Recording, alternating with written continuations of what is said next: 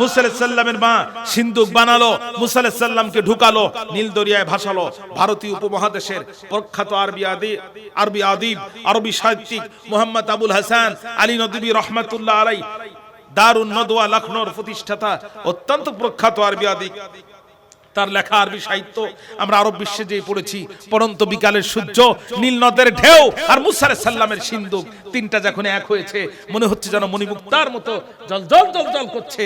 পড়ন্ত বিকালের লাল সূর্য পড়ছে সিন্ধুকের উপরে, আর সিন্ধুক থেকে নূর প্রস্ফুটিত হচ্ছে, আর মনে হচ্ছে নীল নদের ঢেউ সিন্ধুককে চুমা দিতে দিতে তাওহীদের বার্তা নিয়ে মুসা আলাইহিস সালাম ফেরাউনের নৌঘাটির দিকে আসতেছে। বিকালবেলা আম্মা আসিয়া আর ফেরাউন দুইজন বসে বসে গল্প করতেছে। এমন সময় আসিয়া লক্ষ্য করে দেখে ওই যে সূর্যের আলো ফুটতেছে আর আলো প্রস্ফুটিত হচ্ছে, আর নীল নদের ঢেউয়ের তালে তালে কি যেন আসতেছে। ফেরাউনকে বলছে ফারাও একটাবার তাকাও। ফেরাউন তাকেই বলছে, এই ডিবি হারুন, তার মানে গোয়েন্দা আর কি, তোমরা কারা আছো তাড়াতাড়ি করে ওইটা তুলে আনো তো। ফেরাউনের ডিবি হারুন ছিল যারা, খুব দ্রুত যে বক্সটা তুলে আনলো তারা, তুলে এনে চিন্তা করলো এ কি সেই গোপালগঞ্জের কোটালীপাড়ার 86 কেজি বোমা না 96 কেজি বোমা? এই বোমা যদি বাস্ট হয়ে যায় আমরা মরবো না ফেরাউনও মরবে? বোমার কানে কান লাগায় দেখে মুসা আলাইহিস সালামের কান্নার আওয়াজ পাওয়া যায়। সর্বনাশ, এ তো যেন তেন বোমা না, মানুষের কান্না সিগন্যাল পাওয়া যায়, তার মানে এ তো টাইম বোমা। কি করা যায়? জীবনের রিস্ক নিয়ে সিন্ধুক খুলে দেখে আরে বোমাও না, বন্দুকও না, অস্ত্র না, এত সুন্দর মাসুম বাচ্চা দেখা যায়। মানুষের বাচ্চা যে এত সুন্দর হয় আমাদের জানা ছিল না। সুবহানাল্লাহ বললেন না? উসাইদ ইবনে হুযাইর রাদিয়াল্লাহু তাআলা তিনি ঘরের মধ্যে সূরা কাহাফ তেলাওয়াত করতেছে, যখন গৃহের জন্তু জানোয়ার গুলো ছটফট ছটফট করতেছে, তখন হযরত উসাইদ রাদিয়াল্লাহু তাআলা বাইরে আসার পরে আকাশের দিকে লক্ষ্য করে দেখলেন এক খণ্ড হিমেল কালো ঠান্ডা ঘোর মেঘ টোটাল বাড়িটিকে ছায়া দিয়ে আছে। নবী সাহাবী বড় ভয় পেয়ে গেলেন। একদিকে গৃহের জন্তু জানোয়ার গুলো ছটফট ছটফট করে, আরেকদিকে আকাশের দিকে তাকিয়ে দেখে হিমেল কালো ঠান্ডা মেঘ তার গোটা বাড়িটা ছেয়ে আছে, পাশের বাড়িতে মেঘ নাই। ভীত সন্ত্রস্ত অবস্থায় রাসূলের খেদমতে হাজির হলেন। ইয়া রাসূলুল্লাহ, আমি গৃহের ভিতরে সূরা কাহাফ তেলাওয়াত করতেছিলাম, যখন আমার গৃহের চতুষ্পদ জন্তু জানোয়ার গুলো ছটফট ছটফট করতেছে, তখন বাইরে আসার পরে আকাশের দিকে লক্ষ্য করে দেখলাম এক খণ্ড কালো ঘন ঠান্ডা হিমেল মেঘ আমার বাড়িটিকে ছায়া দিয়ে আছে। ওগো নবীজি, আমি তো ভয় পেয়ে গেলাম। রাসূলুল্লাহ ডাক দিয়ে বলেন, ইকরা ফুলেন فإنها سكينة تنزلت عند القرآن أو تنزلت للقرآن। উসাইদ, ভয় পেও না, এটা রহমতের সাকিনা। সূরা কাহাফ তেলাওয়াত করার বরকতে আল্লাহ রাব্বুল আলামিন তোমার গৃহের উপরে সরাসরি রহমতের সাকিনা নাজিল করেছে। আল্লাহু আকবার বললেন না? আচ্ছা, রাসূলুল্লাহ বলছেন যে এই ব্যক্তি জুমার দিন সূরা কাহাফ তেলাওয়াত করবে, বাইনা জুমাতাইন, এক জুমা থেকে আরেক জুমা পর্যন্ত আল্লাহ তার জীবনের গুনাহগুলো মাফ করে দেবে। রাসূলুল্লাহ বলছেন যে এই ব্যক্তি জুমার দিন সূরা কাহাফ তেলাওয়াত করবে, কাল কিয়ামতের কঠিন মুসিবতের কালে মা যেদিন সন্তানে পরিচয় দেবে না, পিতা যেদিন পুত্রকে চিনতে পারবে না, কঠিন বিপদের দিন সূরা কাহাফ তাকে নূর হয়ে রাস্তা দেখাবে। ১৫০০ বছর পূর্বে আল্লাহ রাসূল কোরআনের দাওয়াত দিলেন, যখন কাফেররা চিন্তা করলো তখন এই কোরআনের দাওয়াতকে মাটির সাথে মিশায় দিতে হবে। এর জন্য তারা দুইজন বুদ্ধিজীবীকে মদিনার ইহুদিদের কাছে পাঠালো পরামর্শ নিতে। একজনের নাম নজর ইবনে হারেস, আর একজনের নাম হচ্ছে উকবা ইবনে আবি মুঈত। তাহলে সে যুগে কোরআন বন্ধ করত যারা, কোরআনের দাওয়াতকে মাটির সাথে মিশায় দিতে চেয়েছিল যারা, কাফের ছিল তারা, আজও কোরআনের দাওয়াতে বাধা দেয় যারা, উপরে মুসলমানের লেবেল লাগায় ভিতরে কুফরি লালন করে তারা। আপনি মুসলমানের সন্তান, অথচ আল্লাহর কোরআনের হুকুমতের কথা বললে আপনার মুখটা অন্ধকার হয়ে যায়। কোরআনের রাজ কায়েমের কথা শুনলে আপনার শরীরে গাত্রদাহ সৃষ্টি হয়। কোরআনের সঠিক বাণী শুনলে আপনার মুখটা অন্ধকার হয়ে যায়। আল্লাহর কসম করে বলছি, আপনার কলিজার ভিতরে ঈমানের অস্তিত্ব নাই, ঈমানের অস্তিত্ব নাই। সূরা মায়দার মধ্যে আল্লাহ বলছেন, আমান লাম ইয়াহকুম বিমা আনজালাল্লাহু ফাউলাইকা হুমুল কাফিরুন। وقال أيضا ومن لم يحكم بما أنزل الله فأولئك هم الفاسقون. وقال أيضا ومن لم يحكم بما أنزل الله فأولئك هم الظالمون. আল্লাহ বলছে যারা বিচার ফয়সালা করে না, বিমা তাহা দ্বারা আনসার আল্লাহ যা আল্লাহ নাজিল করেছেন, অর্থাৎ কোরআন দিয়ে যারা সুপ্রিম কোর্ট চালায় না, কোরআন দিয়ে যারা জজ কোর্ট চালায় না, কোরআন দিয়ে যারা ম্যাজিস্ট্রেট কোর্ট চালায় না, কোরআন দিয়ে যারা জুডিশিয়ারি চালায় না, কোরআন দিয়ে যারা ম্যাজিস্ট্রেসি চালায় না, কোরআনের হুকুম নিজাম প্রতিষ্ঠিত হোক এটা যারা চায় না, পৃথিবীর মানুষের আদম শুমারিতে সে হতে পারে ইমানদার। পৃথিবীর মানুষের কাছে যে হাজী সাহেব হতে পারে, সে যদি 100 বার হজ উমরা করে, 1000 মসজিদের প্রতিষ্ঠাতা হয়, আল্লাহর কাছে তার পরিচয় 3টা। কোরআনের আইন নিজাম যে চায় না, তার পরিচয় আল্লাহর কাছে 3টা। 1 নম্বর কাফের, 2 নম্বর ফাসিক, 3 নম্বর জালেম। কোরআনের হুকুমাত যারা চায় না, কাফের, ফাসিক আর জালেমের বাইরে তাদের আর কোনো পরিচয় হতে পারে না, তাদের আর কোনো পরিচয় হতে পারে না। কোরআনের দাওয়াত বন্ধ করে দেওয়ার জন্য 2 জন কাফের গেল মদিনায়।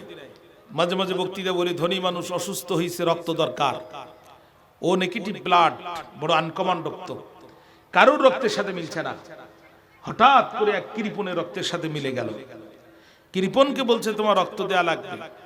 কৃপণ বলছে মাথা খারাপ, আমি ভাতই ঠিক মতো খাই না, আমি রক্ত দেয়া পেলে আর। তো ধনী মানুষের সাথে লোকজন ছিল, কৃপণকে ধরে জোর করে হসপিটালে ভর্তি করলো, 3 ব্যাগ রক্ত নিয়ে নিল। কৃপণ বলছে আল্লাহ আমার তো সব নিয়ে নিল। ধনী মানুষ বলছে না, মাত্র 3 ব্যাগ নিছে। রক্ত নেওয়া শেষ হলো যখন, টেবিলে ড্রয়ার টান দিয়া 3 লক্ষ টাকার একটি চেক লিখে কৃপণের হাতে দিল। তখন কৃপণ চেকটা দেখতে স্যার বলতেছে, স্যার অসুবিধা নাই, আমি আরো একবার দিতে চাই। ধনী মানুষ বলছে এখন লাগবে না, তবে লাগবে যখন তোমাকে টেলিফোন করা হবে তখন। 1 মাস পরে টেলিফোন করছে, কোথায় আছেন ভাই, রক্ত দরকার। বলছে কোথায় আসতে হবে শুধু বলেন একবার। ও চিন্তা করছে গতদিন তো 3 লাখ দিছে, আজকে আর 5 লাখের কম দেবে না। রক্ত নেওয়া শেষ, সোনার বাংলাদেশ। ধনী মানুষ পকেটে হাত দিল, সেখানে 5টি 2 টাকার নোট ছিল, তার 3টিই ছেঁড়া ছিল। এটা কৃপণের হাতে দিল। কৃপণ দেখলো, মেজাজ খারাপ হলো, টাকা মাটিতে ছুঁড়ে ফেললো আর মুখে বলল, মিয়া ফাজলামি করার জায়গা পান না? 1 মাস পূর্বে প্রতি ব্যাগের দিনের 1 লাখ, এখন মাত্র 10 টাকা, তার 6 টাকা বাজারে চলে না, ফাজলামি করার জায়গা পান না? ধনী মানুষ বলছে মন খারাপ করিস না, 1 মাস পূর্বে আমি ছিলাম ধনী, আমার মনও ছিল ধনী, তুই কৃপণ খারাপ, তোর রক্ত খারাপ, তোর রক্ত যেই দিন আমার রক্তের মধ্যে ঢুকেছে আমি নিজেই কৃপণ হয়ে গেছি। কথা কর না কেন? ইসলামের দাওয়াতে বাধা দেয়া কাজ ছিল ফিরাউনের কাজ, নমরুদের কাজ, কারুনের কাজ, সাদ্দাদের কাজ, আবু জাহেলের কাজ, আবু লাহাবের কাজ, উতবার কাজ, শায়বার কাজ, ওলীদ ইবনে মুগীরার কাজ। যুগে যুগে ফিরাউন, নমরুদ, আবু লাহাব, আবু জাহেল, উতবার, শায়বা, ওলীদ ইবনে মুগীরার রক্ত যাদের রক্তের কণিকায় প্রবাহিত হয়েছে, তারাই আল্লাহর জমিনে আল্লাহর কোরআনের দাওয়াতে বাধা সৃষ্টি করেছে। 2 জন বুদ্ধিজীবীকে পাঠালো বদিরা আর ইহুদিদের কাছে বুদ্ধি নিতে, কোরআন কেমনে বন্ধ করা যায়। ওরা ইহুদিদেরকে যে বলছে আমাদেরকে বাঁচাও। বলছে কেন, কি হয়েছে তোমাদের? বলছে আমাদের ঘরের সন্তান, বলেন মুহাম্মদ সাল্লাল্লাহু আলাইহি ওয়াসাল্লাম নিজেকে নবী দাবি করেছে, আমাদের সন্তানগুলো খায় আমাদের ঘরে, আন্দোলন আর সংগ্রাম করে মুহাম্মাদের পক্ষে। এইভাবে যদি চলতে থাকে আগামী দিনে নেতৃত্ব কর্তৃত্ব কিছুই আর আমাদের হাতে থাকবে না, সব মুহাম্মদ সাল্লাল্লাহু আলাইহি ওয়াসাল্লাম এবং তার উম্মতদের হাতে চলে যাবে। অতএব আমাদেরকে বাঁচাও। মদিনার ইহুদিরা বলছে আগে পাতিলের খবর নাও, পাতিলের খবর না নিয়ে আন্দাজে ডাল ডাল করে লাভ নাই, আগে চিন্তা করে দেখো সে আল্লাহর নবী কিনা। যদি সে আল্লাহর নবী হয় তাহলে আমরা মদিনার ইহুদি কেন, তাম পৃথিবীর ইহুদি এক জায়গায় করে তাবিজ বানায়া গলায় ঝোলায় রাখলেও কোনো কাজ হবে না। তার কাছে যে আগে জিজ্ঞাসা করো সে নবী কিনা পরীক্ষা করো। নবী কিনা পরীক্ষা করার জন্য তোমরা তার কাছে প্রশ্ন করবা 3টা। একটু জোরে বলেন না কয়টা? 1 নাম্বার প্রশ্ন রুহু কি এবং তার তাৎপর্য কি। 2 নাম্বার প্রশ্ন সেই বিস্ময়কর যুবক কারা যাদের ঘটনা অত্যন্ত অত্যন্ত অত্যন্ত বিস্ময়কর। 3 নাম্বার প্রশ্ন সেই মহান ব্যক্তি কে যিনি মিনাল মাশরিকি ইলাল মাগরিব, ফ্রম ইস্ট টু ওয়েস্ট, পৃথিবীর পূর্ব থেকে পশ্চিম পর্যন্ত পরিভ্রমণ করেছেন এবং তার ঘটনা কি। কাফেররা মক্কায় ফিরে আসলো, রাসূলুল্লাহকে প্রশ্ন করলো, আল্লাহ রাসূল বলছেন তোমাদের প্রশ্নের জবাব আগামীকাল দিব, কিন্তু ঘটনা বশত তিনি ইনশাআল্লাহ বলতে ভুলে গিয়েছিলেন। উলুমুল কোরআনের উপরে পৃথিবীর আদি থেকে পর্যন্ত যত কিতাব লিখিত হয়েছে তার মধ্যে উলুমুল কোরআনের উপরে 2টা কিতাবকে খুঁটির কিতাব বলে, উমদা কিতাব বলে, ভিত্তির কিতাব বলে।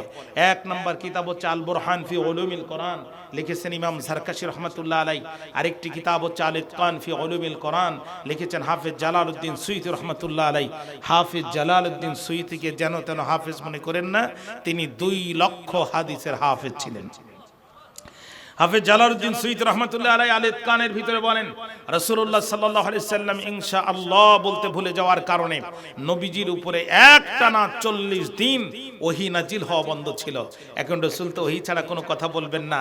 মক্কার কাফেররা প্রত্যেকদিন প্রশ্নের উত্তর জানতে আসে, আর উত্তর না পেয়ে তারা বাজে কথা ছড়াতে লাগলো। নবী হয় এত সহজ? আব্দুল্লাহর বেটা নবী হয়েছে, 3 প্রশ্নের জবাব দিতে যদি 40 দিন লাগে, বাকি প্রশ্নের জবাব কবে দেবে? এই বাজে কথা যখন ছড়াতে লাগলো, আল্লাহ রাব্বুল আলামিন তখন জিবরিল আমিনকে ডাক দিলেন। রব্বে কারীম ডাক দিয়ে বলে, জিবরাইল, আরে জিবরিল, আর করিস না দেরি, চলে যা তাড়াতাড়ি। মক্কার কাফেররা আমার নবীকে প্রশ্ন করে অপমান করতে চায়। আমি আল্লাহ তাআলা মক্কার কাফেরদের প্রশ্নের জবাব আমার নবীর পক্ষ হয়ে আমি আসমান থেকে নাজিল করতে চাই। জিবরিল আমিন চলে আসলেন, সূরাতুল কাহফ নাজিল হয়ে গেল। আলহামদুলিল্লাহিল্লাযী আনজালা আলা আবদিহিল কিতাবা ওয়া লাম ইয়াজআল লাহু আইওয়াজা। জোরে কোন আল্লাহু আকবার। সূরা কাহফ নাজিল হয়ে গেল। দেশের নাম জর্দান, বাদশার নাম দাকিয়ানুস, বৈশিষ্ট্য তার 3টা। জোরে বলেন কয়টা? দেশের নাম জর্দান, বাদশার নাম দাকিয়ানুস, বৈশিষ্ট্য তার 3টা। তাফসীরের নাম তাফসীরে নুরুল কোরআন, খুলে দেখবেন বৈশিষ্ট্য পেয়ে যাবেন। 3টা বৈশিষ্ট্য। পৃথিবীর যত সরকার স্বেচ্ছায় থাকে, স্বৈরাচার হয়, বন্দুকের নল দিয়ে রাষ্ট্র শাসন করে, এরা এই 3টা চরিত্রের অধিকার হয়। স্বৈরাচার কারা? এখানে একটা চেয়ার খালি আছে, আপনি বললেন যে আপনি চেয়ারে বসেন, কি করব? আমাদের জমির খাজনা আপনার কাছে দিব। আমরা রাস্তায় গাড়ি চালাবো, গাড়ির ট্যাক্স টোকেন আপনার কাছে দিব। আমরা ড্রাইভিং করব, ড্রাইভিং ফি আপনার কাছে দিব। আমরা ব্যবসা করব, ব্যবসার ট্যাক্স আপনার কাছে দিব। রাস্তাঘাটের ব্রিজ পার হব, টোল আপনার অ্যাকাউন্টে জমা হবে। বিদেশ থেকে সাহায্য আপনার অ্যাকাউন্টে আসবে। বিনিময়ে রাস্তা খারাপ হবে যেখানে, ঠিক করবেন সেখানে। ব্রিজ কালভার্ট যেখানে দরকার দিবেন বারবার। শিক্ষকদের বেতন দিবেন, স্কুলে লেখাপড়া ঠিক রাখবেন, পুলিশের বেতন দিবেন, আইন শৃঙ্খলা ঠিক রাখবেন, সেনাবাহিনীর বেতন দিবেন, স্বাধীনতা সার্বভৌমত্ব অক্ষুণ্ণ রাখবেন। তবে হ্যাঁ, এই চেয়ারটা আপনাকে চিরদিনের জন্য না, 5 বছরের জন্য আপনি দায়িত্বটা পালন করবেন। 5 বছর পরে যদি আমরা দেখি আপনি ভালো, তাহলে আবার আপনাকে বসাবো। আর যদি দেখি আপনি খারাপ, তাহলে আরেকজনকে বসাবো। এই জনগণের দেয়া আমানতের চেয়ারে বসে, জনগণের ব্যবহার দেয়া আমানতের বন্দুক উল্টা জনগণের কাঁধে ফেলে 5 বছরের জায়গায় 20 বছর পার করে যারা স্বৈরাচার, তারা। কথা কি বুঝতে পেরেছেন? এদের বৈশিষ্ট্য 3টা হয়। জোরে বলেন কয়টা? 1 নাম্বার, তারা মারাত্মক জালেম হয়। 2 নাম্বার, তারা কঠিন হৃদয়ের নিষ্ঠুর হয়। 3 নাম্বার, তারা মূর্তি পূজক হয়, আল্লাহর ইবাদতের ধার ধারে না। কথা কি বুঝতে পেরেছেন? কি জাতের জালেম হলে পরে নমরুদ জীবন্ত পয়গম্বর ইব্রাহিম আলাইহিস সালামকে অগ্নিকুণ্ডে নিক্ষেপ করে দিয়েছিল। কি জাতের জালেম হলে পরে ফেরাউন মুসা আলাইহিস সালামের জন্ম হতে দেবে না, এজন্য ছোট ছোট মাসুম বাচ্চাগুলোকে হত্যা করেছে। কি জাতের জালেম হলে পরে স্বৈরাচার নিজের দেশের মানুষের ট্যাক্সের টাকা দিয়ে কেনা হেলিকপ্টার আর বন্দুক ব্যবহার করে উপর থেকে গুলি করে ছোট ছোট মাসুম বাচ্চাগুলো পর্যন্ত হত্যা করেছে। 1 নাম্বার, তারা জালেম হয়। 2 নাম্বার, তারা নিষ্ঠুর হয়। 3 নাম্বার, তারা মূর্তি পূজক, কেউ বাবার মূর্তি, কেউ দাদার মূর্তি। 3 রাস্তার মোড়ে মূর্তি, 4 রাস্তার মোড়ে মূর্তি, স্কুলের সামনে মূর্তি, কলেজের সামনে মূর্তি, বিশ্ববিদ্যালয়ের সামনে মূর্তি। এই সব জায়গায় মূর্তি নির্মাণ করে যারা ইসলামের চূড়ান্ত দুশমন, মুসলমানের চরম শত্রু, ফেরাউন আর নমরুদের উত্তরসূরি তারা। কারণ আমাদের জন্ম হয়েছে মূর্তির কবর রচিত করে আল্লাহর তাওহীদকে প্রতিষ্ঠা করার জন্য। মূর্তির আকার দেওয়ার জন্য আমরা এই পৃথিবীতে আসি নাই। জোরে বলেন ঠিক না বেঠিক? দাকিয়ানুস সারা দেশে রেড অ্যালার্ট জারি করলো, ডিক্রি জারি করলো, মার্শাল ল জারি করলো। কি সেটা? আমার দেশে থাকবে যারা মূর্তি পূজা করবে তারা, আমার দেশে থাকবে যারা মূর্তির ইবাদত করবে তারা, আমার দেশে থাকবে যারা মূর্তিকে রব মানবে তারা, মানবে না যারা 2 ভাগে ভাগ হবে তারা। 1 ভাগ যাবে ক্রস ফায়ারে, আর 1 ভাগ যাবে আয়না ঘরে। এই হুকুম জারি করে দিল যখন, সারা দেশের মানুষ মেনে নিল তখন, কিন্তু মানল না যারা 7 জন যুবকের একটা টকবগি গ্রুপ, তারা এই 7 জন নওজোয়ান তরুণ যুবক ইমানের উপরে অবিচল আস্থা এবং বিশ্বাস আল্লাহর উপরে নিয়ে তারা একত্রিত হয়ে বলল যে এই মূর্তির মুখে কুত্তায় প্রস্রাব করে, এই মূর্তি কোনোদিন আমাদের রব হতে পারে না। দেখবেন রাস্তায় যদি মূর্তি থাকে আর কুত্তা যদি ফাঁস দিয়ে যায়, কুত্তা যদি ভুল করেও সামনে যায়, পিছনে আবার ব্যাগ আসে, স্ট্যান্ড গান মেশিনের মতো পা উঁচু করে মূর্তির মুখে ঘুরায় ফিরায় আপন মহিমায় স্প্রে করে, ঠিক না? যুবকরা বলল যে এই মূর্তির মুখে কুত্তায় প্রস্রাব করে, এই মূর্তি কোনোদিন আমাদের রব হতে পারে না। জীবন লাগলে জীবন দেব, ঈমান দেব না, কারণ জীবন গেলে জীবন পাবো, ঈমান পাবো না। সুবহানাল্লাহ বললেন না? কাফেররা রাসূলের কাছে প্রশ্ন করেছিল 3টা, তার 2 নাম্বার প্রশ্ন ছিল সেই বিস্ময়কর যুবক কারা। আজকে আমাদের আলোচনার বিষয় হচ্ছে এটি, সেই বিস্ময়কর যুবক কারা। আমার কথা কি এ পর্যন্ত বুঝতে আপনাদের কোনো কষ্ট হয়েছে প্রিয় ভাইরা? তাহলে এখান থেকে আমি ধারাবাহিকভাবে সম্মুখপানে অগ্রসর হতে চাই। আল্লাহ পাক আজকের এই মাহফিলকে দয়া করে কবুল করুন। রব্বুল আলামিন বলেন, নাহনু নাকুসু আলাইকা নাবাহুম বিল হক ইন্নাহুম ফিতয়াতুন আমানু বিরাব্বিহিম ওয়া জিদনাহুম হুদা। আল্লাহু আকবার বলতে মন চায় না? আরো জোরে কোন আল্লাহু আকবার, আরো জোরে কোন। বিজ্ঞান শুধুমাত্র চাঁদ পর্যন্ত গেছে, চাঁদের ওপাশে বিজ্ঞান আর যেতে পারে নাই। কিন্তু আপনি মাটিতে বসে একটিবার আল্লাহু আকবার বলবেন, ধুলোক ভুলোক ছাড়িয়ে সপ্ত আকাশ মারিয়ে সে আওয়াজটা সেকেন্ডের ভিতরে আল্লাহর আরশে আযিমে পৌঁছায় যায়। এই জন্য একটু আন্তরিকতা নিয়ে বসেন, একটু আন্তরিকতা নিয়ে বসেন। আল্লাহ পাক কবুল করুন, যেরকম আমিন। রাকাতে খাড়াতেই পারবে না, 2 সিজদার মাঝখানে 1 তাসবিহ পরিমাণ বসতে হয়। ওই অ্যাঙ্গেলে তাকিয়ে দেখে রেলিং এর যে ফাঁকটা কোন রকম বাইর হবে মাথাটা, যদিও ছুলে যাবে পিঠটা, কিন্তু এই ছাড়া আর কোনো গতি নাই। দ্বিতীয় সিজদায় মুসল্লিদেরকে ফেলে ইমাম সাহেব বীরের মতো রেলিং ভেঙে পালাইয়ে চলে গেল। 20 মিনিট হয়ে গেছে, ইমাম ওঠে না। আমরা যারা যুবক মানুষ 1 ঘন্টা সিজদায় থাকতে পারি, আমাদের মুরব্বী চাচারা কি আর এতক্ষণ থাকতে পারে? চাচারা শুধু কাশে, তার মানে ইমামকে তুলতে চায়, কিন্তু মুসল্লি পড়ে আছে সিজদায় মসজিদে, আর ইমাম সাহেব বাজার করে গরুর হাটে। ইমাম ওঠে না, থাকলেই তো উঠবে। শেষ পর্যন্ত এক মুরব্বী বলেই ফেললো, ইমাম সাহেব তুমি ওঠো বাপ, আমার উজু যায় যায় ভাব। তারপরে ওঠে না। আর এক মুরব্বী বললো, ইমাম সাহেব জীবনে বহুত নামাজ পড়েছি, এরকম বেকায়দায় তো কোনোদিন পড়িনি। এক সিজদায় যদি এশা রক্ত হয়, বাকি সিজদা কি তাহাজ্জুদে দিবা? এরপর ওঠে না। আর এক মুরব্বির পাশে ছোট্ট একটা পিচ্চি ছিল। মুরব্বী ছোট্ট পিচ্চিকে ডাক দিয়ে কয়, খোকা ও খোকা। ছোট্ট পিচ্চি কয়, তুমি বুড়া মানুষ, তুমি জানো না নামাজে কথা বলতে নেই? ছোট্ট মুরব্বী বলছে, খোকা তোর উপরে এখনো নামাজ ফরজ হয়নি, তুই কি একটু মাথাটা উঁচু করি শুধু মেম্বারের দিকে একটাবার তাকিয়ে দেখ যে ইমাম মরল না স্ট্রোক করলো, ও তো জীবিত থাকলি এতক্ষণ ওঠার কথা। ছোট্ট পিচ্চি মাথা উঁচু করে বলছে, ওঠেন কাকা ওঠেন কাকা, সে মেম্বার ফাঁকা, মেম্বার ফাঁকা, কিয়ামত পর্যন্ত সিজদায় থাকলো আপনাদের সে তোলার লোক নেই সামনে। সবাই উঠে মাথা হাত দিয়ে কয়, সর্বনাশ, এত সুন্দর পট্টি, এত সুন্দর তসবিহ, হ্যাঁ বক্তব্যের আগে বিসমিল্লাহ, বক্তব্যের শেষে ইনশাআল্লাহ, দেখি ইমাম নিয়োগ করলাম, আর সেই ইমাম 20 কোটি মুসল্লিকে সিজদায় ফেলে দুপুর বেলা পিছনের দরজা দিয়ে হেলিকপ্টারে পালায়ে দিল্লি যেই বসে থাকলো। সুতরাং এবার আর ওই ভুল কাজ করা যাবে না। ইমাম মানে নেতা। ইমাম যদি এবার নিয়োগ করব, কোরআন নামক দাড়ি পাল্লায় তুলে দিব, রাসূল নামক সুন্নাত দিয়ে ওজন করব।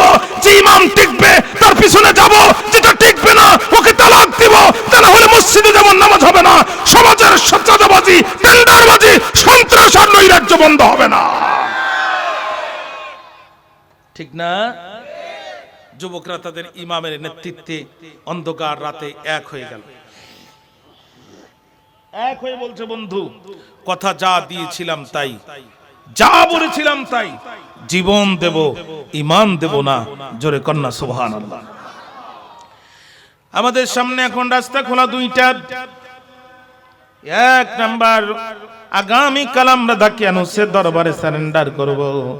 জালেম দাকিয়ানুস আমাদেরকে সরে চড়াবে অথবা ফাঁসির কাস্টে ঝুলায় পৃথিবীর জমিন থেকে বিদায় করে দেবে, রক্তমাখা জামা কাপড় দিয়া মাটির মধ্যে আমাদের দেহটা পুঁতে ফেলবে।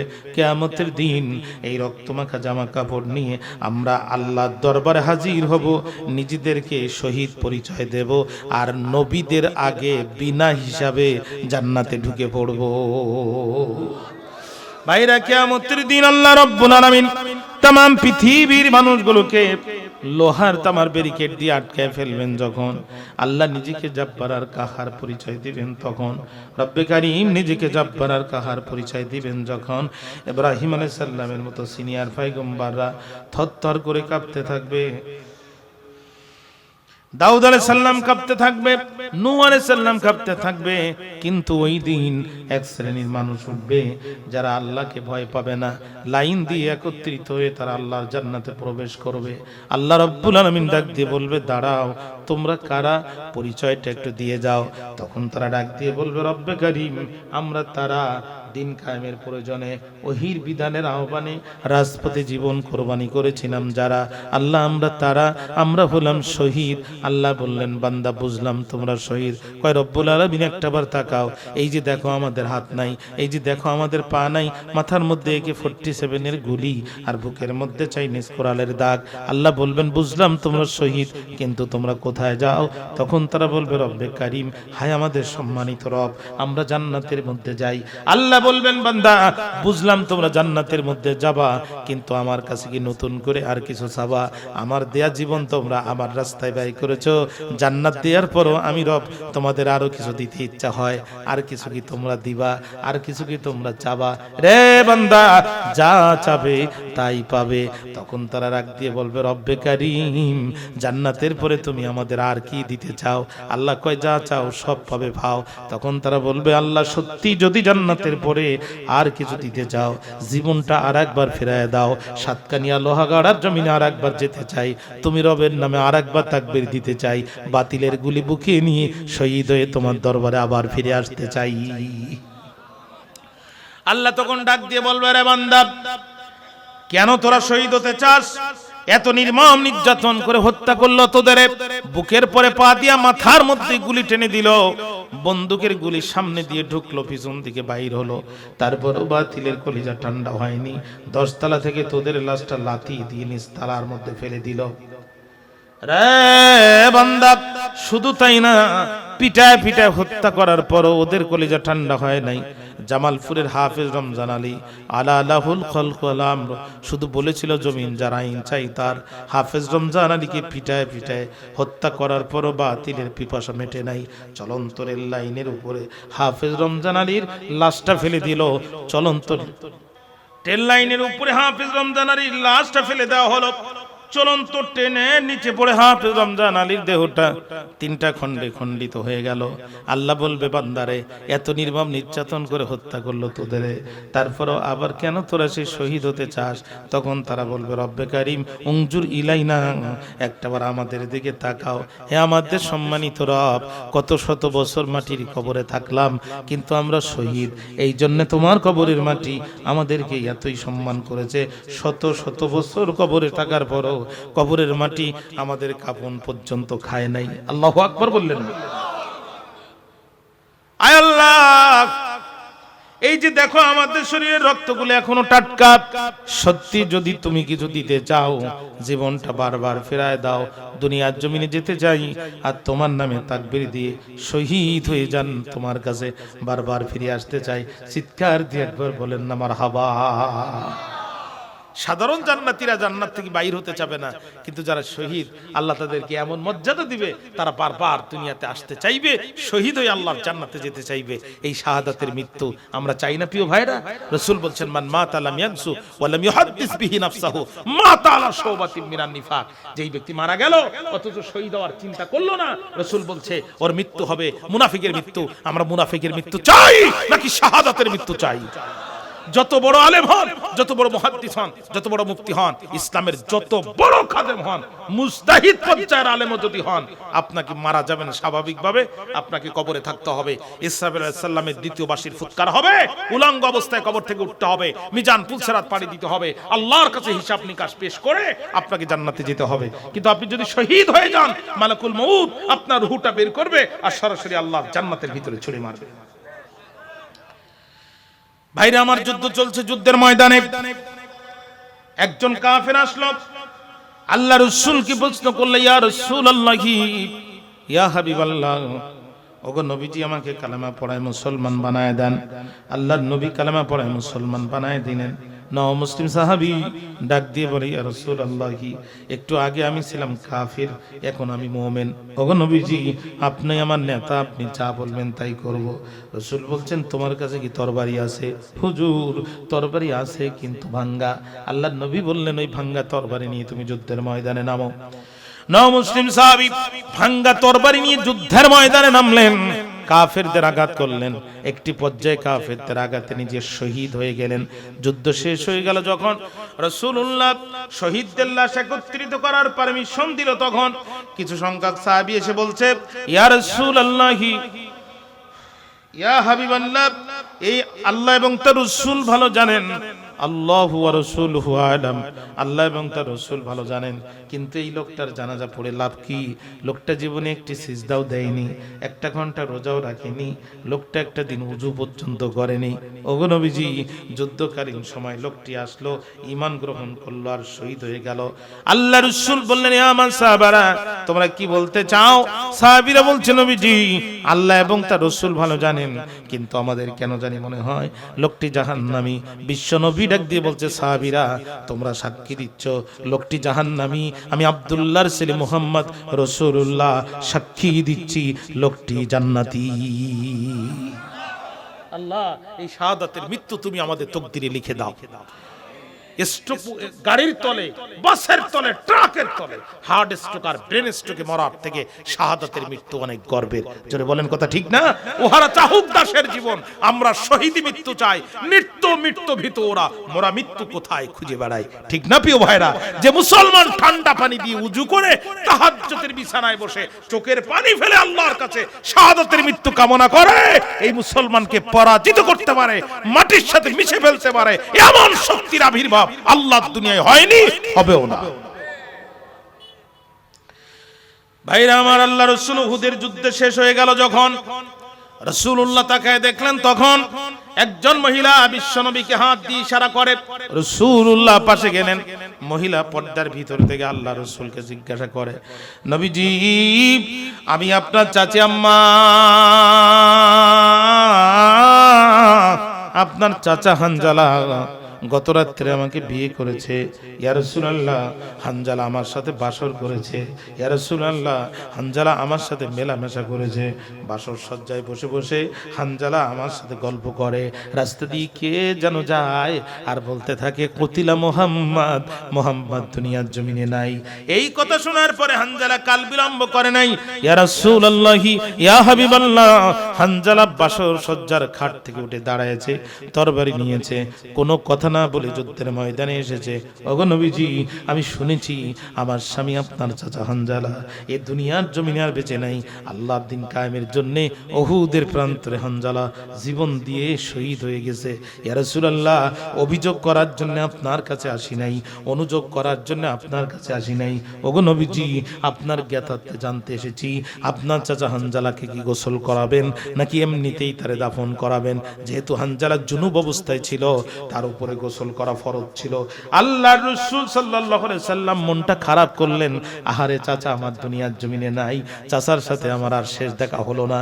কিন্তু কিছুক্ষণ পরে বিশ্ব নবী মুখকি হেসে দিয়েছেন, ডাক দিয়ে বলেন, চাচি আম্মা, আমি নবী, আপনি নবী না। আমি যে দেখি আপনি তো দেখেন না, আমি দেখতেছি আমার চাচা হানজালা শাহাদাতে আল্লাহ রাব্বুল আলামিন এত বেশি পরিমাণ খুশি হয়ে গিয়েছে, জান্নাতি ফেরেশতা আর জান্নাতি পানি দিয়ে আমার চাচা জানের বাসরের পরে ফরজ গোসলের দায়িত্ব রব্বে কারীম তার নিজের হাতে তুলে নিয়েছে। আল্লাহ এই শাহাদাতের মৃত্যু তুমি আমাদের তকদিরে লিখে দাও। যুবকরা বলছে আমাদের সামনে সিদ্ধান্ত দুইটা, এক নাম্বার আমরা আগামীকাল সারেন্ডার করে শহীদ হয়ে মাঠ চলে যাব কবরে, কিয়ামতের দিন রক্ত মাখা জামা কাপড় নিয়ে আল্লাহর দরবারে হাজির হব, নিজেদেরকে শহীদ পরিচয় দিব, নবী এবং রাসূলদের আগেই জান্নাতে ঢুকে পড়ব। সুবহানাল্লাহ, একটু জোরে কোন। এই যাতে ডায়াবেটিস শ্রোতা তো আমার কপালে কোনোদিন জোটে নাই। সুবহানাল্লাহ বলতে মন চায় না, গুনাহ হয় সুবহানাল্লাহ বললে। আল্লাহ পাক কবুল করুক জোরে কোন আমিন। এক নাম্বার শাহাদাতের জীবন, দুই নাম্বার হচ্ছে আত্মগোপন। দুই নাম্বার কি বলেন? যুবকরা সিদ্ধান্ত নিচ্ছে চলো তাহলে এক কাজ করি, আমরা যদি শহীদ হয়ে যাই তাহলে এই দেশে আর প্রকাশ্যে কেউ নিজেদেরকে ইমানদার এ কথা বলা সাহস পাবে না। অথবা আমরা আরেকটা কাজ করতে পারি, আমরা পাহাড়ের ভিতরে নিজেদেরকে লুকায় ফেলতে পারি, আত্মগোপন করতে পারি, জীবন বাঁচানোর ভয়ে নয়, ইমান হারানোর ভয়ে। সুবহানাল্লাহ বললেন না? জীবন বাঁচানোর জন্য নয়, ইমান বাঁচানোর জন্য। এই পয়েন্টের উপর একটু গুরুত্ব দেন, সমসাময়িক অনেক বিষয় উঠে আসবে। ইসলামের প্রয়োজনে নিজের পরিচয় গোপন করা একবার নয় 1000 বার জায়েজ। কতবার জায়েজ? আল্লাহ রাসূল কোরআনের দাওয়াত প্রথমে শুরু করেছিলেন প্রকাশ্যে নাকি গোপনে? মুসা আলাইহিস সালামকে আল্লাহ ফেরাউনের রাজপ্রাসাদে ঢুকাইছিলেন প্রকাশ্যে নাকি পরিচয় গোপন করে? আল্লাহ ডাক দিগো মুসার মা, টেনশন করো না, সন্তান তোমার, বান্দা আমার, ছেলে তোমার, পয়গম্বর আমার, তোমার কলিজায় দয়া 1 ভাগ, আমি আল্লাহর কলিজায় দয়া 99 ভাগ। সুবহানাল্লাহ বললেন না? মুসার মা, সিন্দুক বানাও, মুসাকে ঢুকাও, নীল দরিয়ায় ভাসাও। সিন্দুক বানায়া মুসাকে ঢুকায়া নীল দরিয়ায় ভাসানোর দায়িত্ব তোমার। যে ফেরাউন মুসাকে হত্যা করতে চায়, ওই ফেরাউনের রাজপ্রাসাদে ভিআইপি কামরা বরাদ্দ করে মুসার লালিত পালিত হওয়ার যাবতীয় ব্যবস্থা তৈরি করে দেওয়ার দায়িত্ব আমি আল্লাহর। সুবহানাল্লাহ বললেন না? মুসা আলাইহিস সালামের মা সিন্দুক বানালো, মুসা আলাইহিস সালামকে ঢুকালো, নীল দরিয়ায় ভাসালো। ভারতীয় উপমহাদেশের প্রখ্যাত আরবি আদিব, আরবি সাহিত্যিক মুহাম্মদ আবুল হাসান আলী নদভী রহমাতুল্লাহ আলাইহি, দারুন নদওয়া লখনৌর প্রতিষ্ঠাতা, অত্যন্ত প্রখ্যাত আরবি আদিব। তার লেখা আরবি সাহিত্য আমরা আরব বিশ্বে যে পড়েছি। পরন্ত বিকালের সূর্য, নীল নদের ঢেউ আর মুসা আলাইহিস সালামের সিন্দুক, তিনটা যখন এক হয়েছে মনে হচ্ছে যেন মণিমুক্তার মতো জল জল জল জল করছে। পরন্ত বিকালের লাল সূর্য পড়ছে সিন্দুকের উপরে, আর সিন্দুর থেকে নূর প্রস্ফুটিত হচ্ছে, আর মনে হচ্ছে নীল নদের ঢেউ সিন্দুককে চুমা দিতে দিতে তাওহীদের বার্তা নিয়ে মুসা আলাইহিস সালাম ফেরাউনের নৌঘাটির দিকে আসতেছে। বিকালবেলা আম্মা আসিয়া আর ফেরাউন দুইজন বসে বসে গল্প করতেছে। এমন সময় আসিয়া লক্ষ্য করে দেখে ওই যে সূর্যের আলো ফুটতেছে আর আলো প্রস্ফুটিত হচ্ছে, আর নীল নদের ঢেউয়ের তালে তালে কি যেন আসতেছে। ফেরাউনকে বলছে ফারাও একটাবার তাকাও। ফেরাউন তাকেই বলছে, এই ডিবি হারুন, তার মানে গোয়েন্দা আর কি, তোমরা কারা আছো তাড়াতাড়ি করে ওটা তুলে আনো তো। ফেরাউনের ডিবি হারুন ছিল যারা, খুব দ্রুত যে বক্সটা তুলে আনলো, তারা তুলে এনে চিন্তা করলো এ কি সেই গোপালগঞ্জের কোটালীপাড়ার 86 কেজি বোমা না 96 কেজি বোমা? এই বোমা যদি বাস্ট হয়ে যায় আমরা মরবো না ফেরাউনও মরবে? বোমার কানায় কান লাগায় দেখে মুসা আলাইহিস সালামের কান্নার আওয়াজ পাওয়া যায়। সর্বনাশ, এ তো যেন তেন বোমা না, মানুষের কান্না সিগন্যাল পাওয়া যায়, তার মানে এ তো টাইম বোমা। কি করা যায়? জীবনের রিস্ক নিয়া সিন্দুক খুলে দেখে, আরে বোমাও না, বন্দুকও না, অস্ত্র না, এত সুন্দর মাসুম বাচ্চা দেখা যায়। মানুষের বাচ্চা যে এত সুন্দর হয় আমাদের জানা ছিল না। সুবহানাল্লাহ বললেন না? ওখান থেকে তারা আম্মা আসিয়াকে ডাক দিয়ে বলছে, মাগো আসিয়া, ও মা আসিয়া, একবার আসিয়া বাচ্চাটা যাও দেখিয়া। আম্মা আসিয়া দৌড় দিয়ে আসলো, মুসা আলাইহিস সালামকে দেখলো। আসিয়ার কি যেন মনে হলো, দুটি হাত বাড়ায় দিল। মুসা আলাইহিস সালামও কম না, লাফ দিয়ে আসিয়ার কোলে চলে গেল। যখনই মুসা আলাইহিস সালাম আসিয়ার বুকের মধ্যে গেল, পাপাচার, দুরাচার, চরিত্রহীন, লম্পট ফেরাউনের সাথে দীর্ঘ দাম্পত্য জীবনে যত কষ্ট আসিয়ার হৃদয়ের ভিতরে ছিল, মুসা আলাইহিস সালাম কোলে যাওয়ার সাথে সাথে আসিয়ার হৃদয় থেকে সমস্ত দুঃখ কষ্ট দূর হয়ে চলে গেল। আম্মা আসিয়া চিন্তা করলো, এই বাচ্চার সাথে আমার বুক লেগেছে, এজন্য আমার বাচ্চা মনে হয়, এই বাচ্চাকে আমাকে নিরাপত্তা দিতে হবে। ফেরাউন দেখলে তো জবাই করে ফেলবে, এই বাচ্চাকে তো গোপনে নিরাপত্তা দেওয়া যাবে না, কারণ ফেরাউনের গোয়েন্দা বাহিনীর আছে অয়ুনুল গোরাব, কাকের চোখ, কাক যেমন মুরগির বাচ্চা কোথায় আছে টের পায়, ফেরাউনের বাহিরেও ছোট বাচ্চা কোথায় আছে টের পায়, ওখান থেকে তুলে আনে আর মুসা মনে করে জবাই করে। এই বাচ্চার নিরাপত্তা আমাকে প্রকাশ্য দিতে হবে। প্রেমের ঢং দিলেন, মুখে মুচকে হাসি দিলেন, একটু ঢং দিয়া স্বামী ফেরাউনকে ডাক দিয়ে বলছে, ওগো ফারাও, একটাবার এসে শুধু তাকাও। ফেরাউন এসে তাকিয়ে বলছে, আসিয়া, আমার মনে হয় এই সেই মুসা। চোরের মন, একটু চিল্লা এখন, চোরের মন। আম্মা আসিয়া কয়, কেমনে বুঝলে মুসা? ওর গায়ে কি লেখা আছে? বলছে, কারুর বাড়ি গেল না, আমার বাড়ি কেন আসলো? আসিয়া কয়, তোমার বাড়ি আসলো না, তুমি লোক দিয়ে ডিবি দিয়ে তুলে নিয়ে আসলে। কয় না, আমার মনে হচ্ছে এর নাম মুসা। আসিয়া কয়, কানে কানে একটা কথা কও তো, তুমি খোদা না গাধা? তুই খোদায় যদি হবা তো ছোট বাচ্চা দেখে ভয় পাও, তুমি কি জাতের খোদা? আর এই কথা কি শুধু আমি জানি না আরো 2-5 জন জানে? বাবা হতে পারোনি, লজ্জা লাগে না? আমি মা হতে পারিনি, আমার কষ্ট লাগে না? ও ফেরাউন, এনাফ ইজ এনাফ, যথেষ্ট হয়েছে। ছোট ছোট বাচ্চাগুলো চোখের সামনে জবাই করেছো, কিছু বলিনি, আর সহ্য করব না। এ বাচ্চা আমার বাচ্চা, এ বাচ্চা মারতে পারবা না। এ বাচ্চা যদি মারো তাহলে 2টা কর্মসূচি হাতে নিব। 1 নাম্বার, তোমার ক্যান্টনমেন্টে মারামারি। কই ক্যান্টনমেন্টে মারামারি মানে? ওই যে সেনাবাহিনী যা দেখতেছো, ও কিন্তু সব মাল তোমার মাল না। তুমি যদি ছোট বাচ্চা জবাই করতে পারো, আমার যে কবে জবাই করবা না তার নিশ্চয়তা কি? এজন্য গোপনে 20টা ব্রিগেডিয়ার জেনারেল, 10টা কর্নেল, 2000 সেকেন্ড লেফটেন্যান্ট, 50,000 সৈন্য আমি ওখানে ঢুকায় রাখছি। বাচ্চার গায়ে হাত দিবা, সর্বপ্রথম বিদ্রোহের আগুন তোর ক্যান্টনমেন্ট থেকে জ্বলা শুরু হয়ে যাবে। ফেরাউনকে বলিস কি? কয় এখানে শেষ না। 1 নাম্বার ক্যান্টনমেন্টের মারামারি, 2 নাম্বার তোর সংসারের গোষ্ঠী মারি। তোর সংসার আর করব না। যে জালেম মাসুম বাচ্চা জবাই করে, এর ঘর করা যায় না। কয় আসিয়া, কি বলিস কি? কয় বাচ্চা মারতে পারবা না। কয় ঠিক আছে, মারলাম না, কিন্তু তুই একটু খেয়াল রাখিস, এ যেন বড় হয়ে মুসা না হয়। আসিয়া কয়, ওই টেনশন তোমার করা লাগবে না। উনজুর ইলাইহি, একটাবার তার দিকে তাকাও আর বলো তো দেখি, এই বাচ্চাকে দেখলে মনে হয় এটা জবাই করা যাবে? ওর চেহারা কি তাই বলে ও কি জবাই করার মতো? ফেরাউন তাকিয়ে বলছে, আসিয়া, আমার চোখ তো ঠান্ডা হয়ে গেছে। ফেরাউন যখন বলছে মুসাকে দেখে আমার চোখ ঠান্ডা হয়ে গেছে, আসিয়া যে মন্তব্য করেছিল, আসিয়ার মুখের কথাকে আল্লাহ তাআলা কোরআনের আয়াত বানায় দিয়েছে। সূরাতুল কসাস খোলেন, আল্লাহ বলছে, কুররাতু আইনুল লি ওয়া লাকা। ও ফেরাউন, আসিয়া বলছে, ও ফেরাউন, তোর চোখ ঠান্ডা, আমার চোখ ঠান্ডা। লা তাকতুলুহু, এই বাচ্চাকে তুই করিস না হত্যা। আল্লাহ কয়, মুসার চেহারা ভালো করে দিয়ে আমি আর রব এমন ইশারা দিয়ে দিয়েছি। আসিয়া তো খুশি যে ফেরাউন মারতে চায়, ও ফেরাউনও খুশি। বুঝতে পারলো না পরিচয় গোপন করে আমি ওখানে কাকে ঢুকিয়েছি। সুবহানাল্লাহ বললেন না? আল্লাহ যদি পরিচয় গোপন করে মুসা আলাইহিস সালামকে ফেরাউনের দরবারে ঢুকাতে পারে, লালিত পালিত হওয়ার পরে রাসূল হিসাবে আত্মপ্রকাশ করাতে পারে, তাহলে আমার যুবকেরা ইসলামকে বাঁচানোর জন্য, ইসলামকে প্রতিষ্ঠার জন্য, দেশকে বাঁচানোর জন্য, দেশের মানুষকে রক্ষা করার জন্য, স্বাধীনতার সার্বভৌমত্বকে ফিরিয়ে আনার জন্য কেন তার পরিচয় গোপন করে ইউনিভার্সিটিতে ঢুকতে পারবে না? ভাইরা আমার, খেয়াল করেন। এখন ফেরাউন বলছে, আসিয়া কি করতে চাস? কয় বাচ্চা মারতে পারবা না। কয় ঠিক আছে, মারবো না, তবে আমার কাছে একটু দাও। আসিয়া কয় কেন চাও? কয় আমি একটু আদর করি, তুমি ওর মা, আমি ওর বাপ। আসিয়া কয়, তোর কলিজা কাফেরের বাচ্চা কাফের, তোর কলিজা আদর আছে? তোর কলিজায় যদি আদর থাকতো এতগুলো বাচ্চা জবাই করতে পারতিস, কিন্তু সে না দিও, উপায় নাই। আসিয়া কয় নাও। ফেরাউন কয় দাও। ফেরাউন মুসা আলাইহিস সালামকে নিয়ে কয়, কোথায় তোমার বাড়ি, কোথায় তোমার ঘর, কোন মা তোমার ভাষায় দিল? নীল দরিয়ার পর। এই বলে যখন ঠোঁট থেকে চুমা দিতে যাবে, ভাইরা আমার, একই নদী, ঘোলা পানি আর পরিষ্কার পানি পাশাপাশি থাকে, মাঝখানে কোনো ব্যারিকেড থাকে না।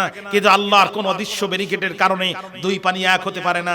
একই নদী, পরিষ্কার পানি, একই নদী, মিঠা পানি, লোনা পানি পাশাপাশি থাকে। কোন পানির সাথে মিলে না। তেলও তরল, পানিও তরল। তেল আর পানি যেমন এক হয় না, বাতিল কোনদিন হকের মুখে মুখ রাখতে পারে না। মুসা আলাইহিস সালাম পকেটটা হাতটা বের করে দিল, মেজাজটা খারাপ করল আর কয়, মনে মনে কয়, বিশ্ব বাটপার, ইন্টারনেট অফ করে, ফেসবুক বন্ধ করে, যৌথ বাহিনী নামাই দিয়া নির্বিচারে গুলি করে হত্যা করেছিস। আমার জন্ম হতে দিবি না, এখন তুই আমার সাথে খাতির করিস? দিশে এক শটটা লাগার কথা ছিল কান চোয়ালে, কিন্তু ফেরাউন মাথাটা ঘুরানোর কারণে স্লিপ করে লাগলো নাকের উপরে। বাই চান্সের, সব চান্সের ভরসা আছে, বাই চান্সের কোনো ভরসা নাই।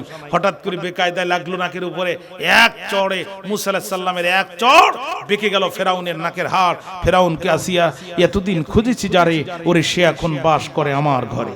আম্মা আসিয়া কয়, কারে খুঁজছো আর কে বাস করে? কয় এই সেই মুসা। কয় কেমনে বুঝলে? কয় চট তো আর তুই খাইস নাই, চড় আমি খেয়েছি, আমি ঠেলা টের পেয়েছি। কথা কন না কেন? চর খেয়েছে যে, ঠেলা টের পেয়েছে সে। ধরে মোল্লা ধরে না, ধরলে মোল্লা ছাড়ে না, সবাই ধরে বারবার, মোল্লায় ধরে একবার। এ মোল্লা যারে ধরেছে ওরে এক আছাড় দিয়ে দিল্লি নিয়ে ফেলেছে। কথা কন না? আসে ফেরাউন কা if you don't believe please look at my nose. বিশ্বাস যদি না করিস ও মুসা, একবার আমার নাকের দিকে তাকা। ঘরের বউ হয়ে সত্য কথা বল, গতকালও কি আমার নাক কেমন বাঁকা ছিল? আম্মা আসিয়া কয় তুই তো মানুষই বাঁকা। কয় না রে আসিয়া, ও বাচ্চাটা স্বাভাবিক, কিন্তু ওর থাবার ওজন অস্বাভাবিক। যে কাটা ধার হয় তার গোড়া দেখলে বোঝা যায়, যে বিড়াল শিকারী হয় তার গোপ দেখলে আন্দাজ করা যায়। ওর থাবার ওজনই বলে দিচ্ছে ওর নাম মুসা, আমার ঘরে থাকবে, এখানে বাস করবে, এখানে বড় হবে। হঠাৎ করে গোপনে দাওয়াতি কাজ করে রাস্তাঘাট দখল করে বলবে আলা লাহুল খালক ওয়াল আমর, সৃষ্টি যার, আইন চলবে তার। সুতরাং ওকে এক্ষুনি জবাই করতে হবে। আসিয়া কয় তুমি যদি তোমার সিদ্ধান্তে অনড় থাকো, আমিও আমার সিদ্ধান্তে অনড়। ক্যান্টনমেন্টের মারামারি, তোমার সংসারের গোষ্ঠী মারি। এখন তুমি হিসাব করে দেখবা কি করবা। ফেরাউনকে ঠিক আছে আসিয়া, তাহলে তুই খেয়াল রাখিস ও যেন মুসা না হয়। আসিয়া ও দায়িত্ব আমার। তাহলে এখন কি করব? কয় তোমার তথ্যমন্ত্রী হাসান মাহমুদের কাছে টেলিফোন করো। ফেরাউনের তথ্যমন্ত্রী কি এটা আমি খুঁজে পাইনি, এজন্য আমাদের যেটা ছিল এইটা দিয়ে বললাম আর কি। আবার আপনারা রাগ করেন না, আপনাদের এলাকার মানুষ তো। ভাইরা আমার, তৎকালীন তথ্যমন্ত্রীর কাছে টেলিফোন করা হলো। তথ্যমন্ত্রী ডেলি স্টার আর প্রথম আলোকে বলে দিল যে তাড়াতাড়ি করে চারিদিকে ঘোষণা দিয়ে দাও যেন ফেরাউনের রাজপ্রাসাদের সামনে ধাত্রী আসে। ভিআইপি ধাত্রীরা লাইন দিল, কিন্তু মুসা আলাইহিস সালাম কারোর কোলে গেল না। লাইনের শেষে দাঁড়িয়েছিলেন যিনি, মুসা আলাইহিস সালামের বোন ছিলেন তিনি। বলছে ফেরাউনের অফিসাররা, আমার কাছে একটা ধাত্রী আছে, আমি নিশ্চিত এই বাচ্চা যাবে তার কাছে। অনুমতি যদি পাই আমি নিজে যেয়ে তারে নিয়ে আসতে চাই। অফিসাররা বলল খুব ভালো হয়, আমি আপনাদের কাছে জানতে চাই মুসা আলাইহিস সালামের বোন তার ভাইয়ের পরিচয় দিয়েছিল না পরিচয় গোপন করেছিল? মুসা আলাইহিস সালামের বোন যে তার মাকে ডেকে আনলো, বন্ধু এই লোহার সামনে চুম্বুক নিলে চুম্বুক যেমন ক্ষিপ্র গতিতে লোহার কাছে লেগে যায়, দীর্ঘক্ষণ পর মাকে দেখার সাথে সাথে মুসা আলাইহিস সালাম লাফ দিয়ে মায়ের কোলে চলে গেল। আল্লাহ ইলহাম জারি করে দিয়ে জানাই দিল মুসার মা, ওয়াদাল্লাহি হক, আমি আল্লাহর ওয়াদা মিথ্যা না, আমি আল্লাহর ওয়াদা শাশ্বত চিরন্তন সত্য। ও মুসার মা, তোর মুসাকে তোর কোলে ফিরায় দিলাম, নদীপথে একটু ঘুরায় আনলাম, মুসার জীবনে নিরাপত্তা দিয়ে দিলাম। যে ফেরাউন মারতে চেয়েছিল সেই ফেরাউন এখন মুসার জন্য ভিআইপি কামরা বরাদ্দ করবে, রাজকীয় নিরাপত্তা দিবে, রাজকীয় খাবার দাবার দিবে। ও মুসার মা, ফেরাউন আর তার বাহিনী জানবে তুই ওর দুধ মা, আমি আল্লাহর তুই জানবো তুই ওর আসল মা। ও মুসার মা, এখানেই শেষ না, আবেগে আপ্লবিত হয়ে তুই তোর মুসার পরিচয় প্রকাশ করিস না। আবার তুই আমাকে বলিস না রব্বে কারিম এত সুন্দর বাচ্চা দিলে একটু নাম বলতে দিলে না। ও মুসার মা, ফেরাউনের পুলিশের বেতন বৃদ্ধি হয় 5 বছর পর পর, তোর বেতন বৃদ্ধি হবে তোর ইচ্ছার উপর। তুই শুধু বলবি ভালো লাগে না, চাকরি করব না, বেতন 3 গুণ হতে মোটে দেরি হবে না, কারণ তোর মুসা তোর বুকে ছাড়া পৃথিবীর কোনো নারীর বুকে মুখ দেবে না। ও মুসার মা, আমি আল্লাহর পরিকল্পনা, বড় মহাপরিকল্পনা, আমি তোর মুসার পরিচয় গোপন করে ফেরাউনের রাজ দরবারে ঢুকাবো। ওয়া জাইলুহু মিনাল মুরসালিন, আর তার রাসূল পরিচয় দিয়ে আত্মপ্রকাশ ঘটাবো। আল্লাহ যদি মুসার পরিচয় গোপন করে ফেরাউনের রাজ দরবারে ঢুকায় রাসূল পরিচয় দিয়ে আত্মপ্রকাশ ঘটাতে পারে, আমার যুবকেরা ইসলামকে বাঁচার জন্য, দেশকে রক্ষার জন্য, স্বাধীনতা সার্বভৌমত্ব ভারতের করাল গ্রাস থেকে এ জাতিকে মুক্ত করার জন্য যখন আল্লামা সাঈদীকে বারবার ফাঁসির কাস্টে ঝুলানোর অপচেষ্টা করা হচ্ছে, সেই মুহূর্তে আমার নওজোয়ান যুবকেরা নিজের পরিচয় গোপন করে এ জাতির ত্রাণকর্তা হিসাবে বিশ্ববিদ্যালয়ে ঢুকে কেন সমন্বয়কের পরিচয় দিয়ে আত্মপ্রকাশ করতে পারবে না? কথা কি বুঝতে পেরেছেন? তাহলে যে এই যুবকের কারণে আপনি আপনার জীবনে নিরাপত্তা পেলেন, এই যুবককে আপনি এখন গালিগালাজ করেন, আপনার লজ্জা লাগে না? এই যুবকরা জীবন বাজি রেখে রক্ত দিয়ে যদি না দাঁড়াতো, আপনার কপালে যে কত বড় মুসিবত হতো এটা আপনি কল্পনাও করতে পারেন না। কথা কি বুঝতে পেরেছেন? তাহলে ইসলামের প্রয়োজনে নিজের পরিচয় গোপন করা জায়েজ না হারাম? এই যুবকরা পরিচয় গোপন করে আমাদের স্বাধীনতা এনে দিয়েছে, এদেরকে গালিগালাজ করবে যারা স্বৈরাচারের নয়া চামচা তারা। কথা কি বুঝতে পেরেছেন? আসহাবে কাফের যুবকদের সামনে সিদ্ধান্ত দুইটা, কাম টু মাই পয়েন্ট, কথা আমি ভুলি নাই। 1 নাম্বার শাহাদাতের জীবন, 2 নাম্বার আত্মগোপন। কথা কি এ পর্যন্ত থাকবে নাকি সামনে যাব? ভাইরা আমার, যুবকেরা বলল চলো বন্ধু পাহাড়ের গুহার মধ্যে যাই, নিজেদের জীবন বাঁচানোর জন্য নয়, ঈমান বাঁচানোর জন্য। যুবকেরা যখন রওনা দিল, একজন কৃষক ছিল, কৃষকের একটি কুকুর ছিল, কুকুরটি যুবকদের পিছনে রওনা দিল। যুবকরা কুকুরটিকে ধিক্কার দিয়ে বলে, কুকুর সরে যা, দাকিয়ানুসরে জ্বালাই বাঁচি না রে কুকুর, তুই আবার কোথা থেকে এসেছিস? সঙ্গে সঙ্গে কুকুরের জবান খুলে গেল, কুকুর মানুষের মতো কথা বলল, রে আল্লাহর গোলামেরা, তোমরা আশরাফুল মাখলুকাত, আমি কুকুর সৃষ্টির নিকৃষ্ট জাত, আমি তোমাদের মতো রুকু করতে পারি না, সিজদাও দিতে পারি না, যে ঈমান বাঁচানোর জন্য তোমরা গুহার মধ্যে আশ্রয় নেওয়ার জন্য রওনা শুরু করে দিয়েছো, আমি কুকুর কথা দিলাম আমাকে একটা রুটিও দেয়া লাগবে না, ওই গুহার মুখে দাঁড়িয়ে দাঁড়িয়ে এ জীবন প্রদীপ যতদিন জ্বলবে তোমাদের মতো ঈমানদারদেরকে আমি ততদিন বিনা স্বার্থে পাহারা দেব। যুবকেরা গুহার মধ্যে ঢুকে গেল, দুটো হাত বাড়াই দিয়ে যুবকেরা দোয়া করলো, রব্বানা আতিনা মিন লাদুনকা রাহমাতাও ওয়া হাইয়্যি লানা মিন আমরিনা রশাদা। জোরে কোন আল্লাহু আকবার। রব্বে করিম, আমরা তো তারা ঈমানকে বাঁচানোর জন্য দুনিয়ার জীবন, স্বাচ্ছন্দ্যের জীবনকে পায়ের তলে দিয়া গুহার ভিতরে আশ্রয় নিয়েছি যারা, আল্লাহ আমরা হলাম তারা। কাজী তুমি আমাদের জন্য তোমার রহমতের দুয়ার খুলে দাও, আর আমরা যে বিষয়টা হাতে নিয়েছি এটা বাস্তবায়ন করার জন্য তৌফিক তুমি দাও, সহজ করে দাও। আল্লাহ কয়, ও আমার হাবিব মুহাম্মদ সাল্লাল্লাহু আলাইহি সাল্লাম শোনেন, যুবকেরা যখন এই দোয়া করলো, কারেন্টের সুইচ চাপ দিলে আলো জ্বলতে যত সময় লাগে তার চেয়ে লক্ষ কোটি গুণ কম সময়ে আমি যুবকদের দোয়া আমার দরবারে কবুল করে নিলাম। ফাদরাবনা আলা আদানিহিম ফিল কাহফি সিনিনা আদাদা। জোরে কোন আল্লাহু আকবার। আমি যুবকদের কর্ণকুহরের ভিতরে সিল মেরে দিলাম, দুনিয়ার কোনো আওয়াজ আর ওদের কানের মধ্যে পৌঁছালো না। পরে এক ঘুমে কয়েক বছর তারা গুহার মধ্যে পার করে দিল। আমরা ঘুমানোর সময় চোখ বন্ধ করতে পারি, কিন্তু কান বন্ধ করা যন্ত্র আমাদের হাতে নাই। আল্লাহ যুবকদের ঘুম পড়ালেন, চোখ খোলা রাখলেন, আর কানের পরে মোহর মেরে দিলেন। জোরে কন্না আল্লাহু আকবার। নবী, যুবকেরা তো 309 বছর ঘুমাবে। 309 বছর তো একটা দুইটা তিনটা দিন না। যুবকেরা ঘুমাবে যখন সূর্য আকবার, আজ যখন উঠবা একটু ডান পাশ দিয়ে হেলে উঠবা, আবার যখন অস্তমিত যাবে একটু বাম পাশ দিয়ে হেলে অস্তমিত যাবে। আমার ইমানদার যুবকদের ঘুমে যেন বিন্দু মাত্র ডিস্টার্ব না হয়। জোরে কন্না মারহাবা। নবী, 309 বছর তো একটা দুইটা দিন না। মাটির গুহার একটা পিঁপড়া, একটা পোকা, একটা মশা মাছি যেন যুবকরা মারা গেছে এইভাবে এই ভেবে তাদের শরীরে একটা কামড় না দিতে পারে, এজন্য আমি আল্লাহ তাআলা পদক্ষেপ নিলাম। কি পদক্ষেপ নিলাম জানেন? আমি ওদের চোখের মধ্যে ঘুম দিলাম, কিন্তু চোখগুলো খোলা রাখলাম।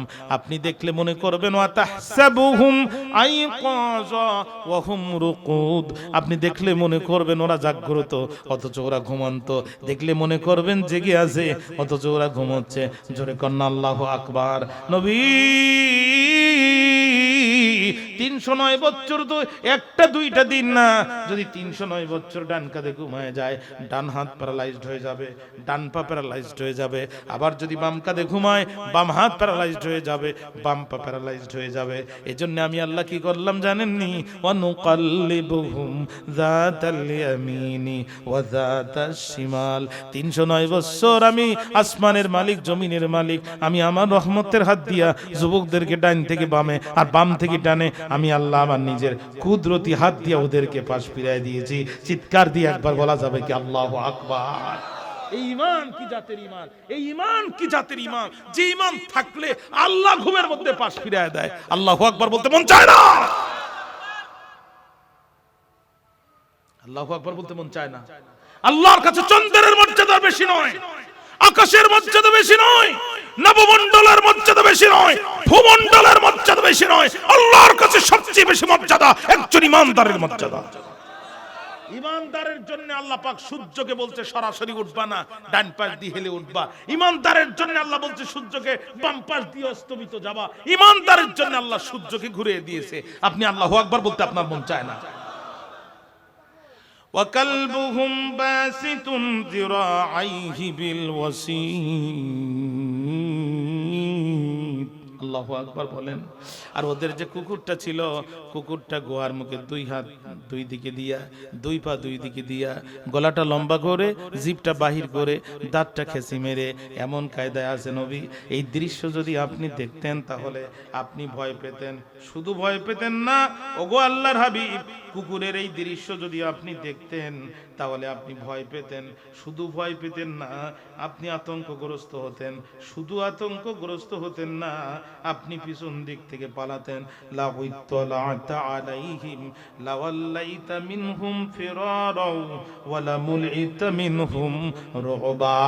জোরে কোন আল্লাহু আকবার। দাকিয়ানুস সারা দেশে রেড অ্যালার্ট জারি করলো, চিরুনি অভিযান দিল। চিরুনি অভিযান বোঝেন তো? উকুন কামড়াবে বাম পাশে, চিরুনি দেবে ডান পাশে। ঘটনা ঘটবে রাজশাহীতে, আর গ্রেপ্তার অভিযান চলবে লোহাগাড়াতে। এর নাম হচ্ছে চিরুনি অভিযান। দাকিয়ানুস সারা দেশে চিরুনি অভিযান দিল। কোথায় যুবকদের খুঁজে পেল না। দাকিয়ানুস তখন বুঝতে পারলো যুবকেরাই গুহার ভিতরে পালিয়েছে। এই সেনাবাহিনীর প্রধান ওয়াকারুজ্জামান ভাগ্নি জামাই, তুমি আমার ডান পাশে থাকো। পুলিশের প্রধান বেনজির, তুমি আমার বাম পাশে থাকো। আর ডিবি হারুন, তুমি আমার পিছনে থাকো। আমি দাকিয়ানুস নিজে যে গুহার ভিতর থেকে যুবকদেরকে টান মারবো, নিজে হাতে ফাঁসির কাস্টে ঝুলাবো। আল্লাহ কয় অতগুলো সহজ না, কারণ ওয়া কালবুহুম বাসিতুন জিরাইহি বিল আসিদ। ওদের যে কুকুরটা ছিল, ওই কুকুরটা গুহার প্রবেশ দ্বারে এমন ভাবে দাঁড়িয়ে আছে, দাকিয়া এমন ভাবে শুয়ে আছে, দাকিয়ানুস দেখেই ওর সাড়ে সর্বনাশ হয়ে গেল। ও ভয় পেয়ে গেল। চিন্তা করলো, গুহার শুরুতেই যদি একটা কুকুর এই অবস্থায় থাকে, তাহলে গুহার ভিতরে যে একটা বাঘ থাকবে না, একটা সিংহ থাকবে না, তার নিশ্চয়তা কি? কিছু এলাকার মহিলারা আছে খুব ডেয়ারিং। আপনাদের এলাকার মা বোনরা অনেক ভদ্র, আমরা জানি। কিন্তু কিছু এলাকা আছে খুব ডেয়ারিং। পল্লী বিদ্যুতের মিটারের টাকাও দেয় না, লাইনও কাটতে দেয় না, আছে না? এখন মিটার রিডার 10,000 টাকা বেতন পায়, বেচারা গেছে লাইন কাটতে। মহিলা ঘর থেকে দাও বাহির করছে, লম্বা দা, চিনেন তো? আমরা বলি রামদা, আপনারা কি বলেন? হ্যাঁ, রামদা। যাই হোক, এটা বাহির করছে, বলছে তোরে কোফাই 2 ভাগ করে ফেলে দেবো। খোকার বাপ সাদাবাজির মামলায় কারাগারে, আর তুই আসছিস আমার বাড়ির বিদ্যুতের লাইন কাটতে? তো সাহস কম না? বেচারা মিটার এটা চিন্তা করলো, এই মহিলার যে রাগ বেশি, এ তো কোপ দিয়েই ফেলবে। বাঁচার জন্য তাড়াতাড়ি গাছে উঠছে। মহিলা গাছের নিচে যাইয়া কাপড় বাঁধে আর কয়, আমি উঠতে পারলাম না বলি তুই বেঁচে গেলি, কিন্তু তুইও যতক্ষণ থাকবি আমিও ততক্ষণ থাকবো। তুই গাছের উপরে উঠলো 2 কোপ, তুই নিচে নামলো 2 কোপ, এখন তুই চিন্তা কর কি করবি। বেচারা ওখান থেকে থানায় টেলিফোন করছে, স্যার দ্রুত পুলিশ পাঠান, আমার লাইন খুব খারাপ, আমি উপরে উঠলো 2 কোপ, আমি নিচে নামলো 2 কোপ। দাকিয়ানুস চিন্তা করলো, এই কুকুর ওভারটেক করে যদি ভিতরে যায়, আর একটা সিংহ থাকবে না, একটা বাঘ থাকবে না, এর নিশ্চয়তা কি? ওর কলিজার ভিতরে এই ভয় দিয়ে দিয়েছেন কে? দাকিয়ানুস তখন সিদ্ধান্ত চেঞ্জ করলো। তাফসিরে এসেছে, দাকিয়ানুস বলল, এই অফিসাররা, গুহার মুখ আটকায় দাও, সিলগালা করে দাও, গুহার মুখ আটকায় দাও। আর গুহার মুখে এই যুবক 7 জন যুবকের নাম লিখে দাও। গুহার মুখ আটকায় দেওয়া হলো। ভারতে একই কাজ করলো। ভারত চিন্তা করলো, আমার দালাল সরকার বাংলাদেশে রাখতে পারবো না, বাংলাদেশের মানুষকেও ভালো থাকতে দেবো না, পেঁয়াজ আর রসুন বন্ধ করে দাও, আর গেটের মুখ খুলে দাও, বাংলাদেশ বন্যা দিয়ে ভাসায় দাও। আমরাও বললাম 500 টাকার পেঁয়াজ খাবো, তোগের পেঁয়াজ আমাদের আর লাগবে না। কথা কন না কেন? তোদের পচা পেঁয়াজ তোরাই খা, আমাদের বাজারে কি পেঁয়াজের অভাব আছে? বাজারে দেখলাম, ঢাকার বাজারে তুরস্কের পেঁয়াজ এক একটা হাফ কেজি, 2 পেঁয়াজে 1 কেজি, ও খাওয়াও যাবে, ঢিল মেরে মারামারিও করা যাবে। কথা কন না কেন? পাকিস্তান থেকে 3 চালান ঢুকেছে, তাতেই মুদি দাদার ধুতি ঢিলা হয়ে গেছে। চীন বলতেছে মাল যা লাগে আমার কাছ থেকে নেগাও। তুরস্ক বলছে আমি তোমার জাতি ভাই, কোনো অসুবিধা নাই, হাফ কেজি এক একটা পেঁয়াজের ওজন, যত খাওয়া তত নিবা। পেঁয়াজের অভাব নাই আমাদের দেশে। এতদিন আমাদেরকে শোনানো হতো ভারত পেঁয়াজ না দিলে আমরা না খেয়ে মারা যাব। এখন আমরা দেখতেছি আমরা পেঁয়াজ না কিনলে ওরাই না খেয়ে মারা যাচ্ছে, ঠিক না? খেয়াল করে দেখেন, আমরা পেঁয়াজ কেনা বাদ দিয়েছি, কলকাতার কৃষকরা পেঁয়াজ আর রসুন নিয়ে শ্মশানে নিয়ে শেষ করতেছে, বাসের তলে ট্রাকের তলে দিচ্ছে, হোটেলগুলোতে গ্যাস নাই, রেস্টুরেন্টগুলোতে কাস্টমার নাই, কলকাতার মেডিকেল হসপিটালগুলোতে রোগী নাই, চিকিৎসারা বসে বসে ধুতি দিয়ে মাসি টানাচ্ছে আর মিছিল করতেছে, মোদি হটাও দেশ বাঁচাও। আমাদের প্রধান উপদেষ্টা, এটা পৃথিবীতে 1 পিস, গোটা পৃথিবীতে 1 পিস। এটা ইউনিভার্সিটিরও প্রফেসর, সুদেরও হেডমাস্টার। এই মহাজন বড় সাংঘাতিক মহাজন।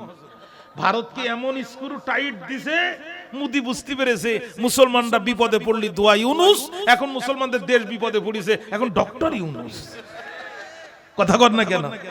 হ্যাঁ, আমাদের প্রধান উপদেষ্টা ঢুকছে পরে, মোদি ঢুকছে আগে। প্রধান উপদেষ্টা দেখেই মোদি চেয়ার ছেড়ে দাঁড়িয়েছে। আহারে, আমরা যদি এই লোকটাকে একটু সহযোগিতা করতাম, এ জাতির কপাল খুলে যেত। পৃথিবীতে অক্সফোর্ড ক্যামব্রিজ বিশ্ববিদ্যালয় থেকে হায়ার করে নিয়ে যায়, সে যখন বক্তব্য দেয় পৃথিবীর সেরা সেরা পিএইচডি হোল্ডাররা মাথা নিচু করে তার বক্তব্য শোনে আর কথা নোট করে। আর ভারতের যেটা প্রধানমন্ত্রী, ওটা ক বছর আগে গুজরাটের রেল স্টেশনে চা বিক্রি করত।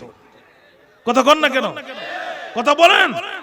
ভারত আমাদের বন্ধু নয়, ভারত আমাদের প্রকাশ্য শত্রু। ভারতকে যারা বন্ধু মনে করে তারাই জাতির শত্রু। ভারত বিডিআর বিদ্রোহের মাধ্যমে আমার দেশের নওজওয়ানগুলোকে হত্যা করেছে। ভারত রাতের আধারে শাপলা চত্বরে লাইট বন্ধ করে আলেমদেরকে গুলি করে হত্যা করেছে। ভারত আল্লামা সাঈদীকে 13টি বছর কারাগারে রেখে হত্যাকাণ্ডের মাধ্যমে পৃথিবীর জমিন থেকে বিদায় শহীদ করে দিয়েছে।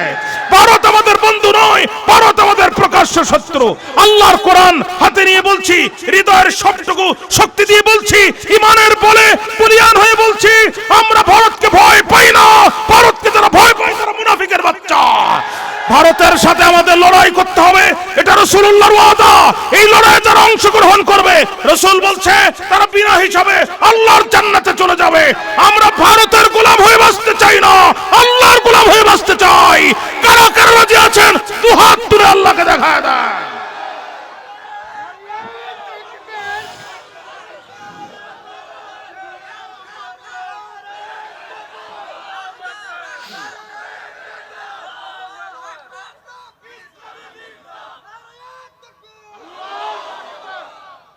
আমরা ভারতের গোলাম হয়ে বাঁচতে চাই না। ওসমান আদির এই বাংলায় যারা এই ভারতের গোলাম হতে চাবে, আমাদের দ্বারা তারা প্রখ্যাত হবে। কথা বললেন না কেন? ওসমান হাদির শাহাদাতের রক্তের বিনিময়ে বাংলাদেশের যুবকেরা জেগেছে। এই দেশকে আর কখনোই দিল্লির কদমে হস্তগত হতে দেবে না। আমরা গোলামির জিঞ্জির চাই না, আমরা আত্মমর্যাদা নিয়ে সম্মানের সাথে বাঁচতে চাই। আমরা পাও ধরে পানি চাই না, আমরা আমাদের দেশের নদীর পানির ন্যায্য হিসাব চাই, এবং সে হিসাব আমরা আদায় করেই ছাড়বো ইনশাআল্লাহ। রাজি আছেন না প্রিয় ভাইরা? স্টেজে কাঠের পুতুল নাচে, কাঠের পুতুলের বাবার ক্ষমতা নাই স্টেজে নাচবে। ওরে রশি দিয়ে স্টেজের পিছন থেকে টান মারে যেমন, ও স্টেজে ড্যান্স মারে তেমন।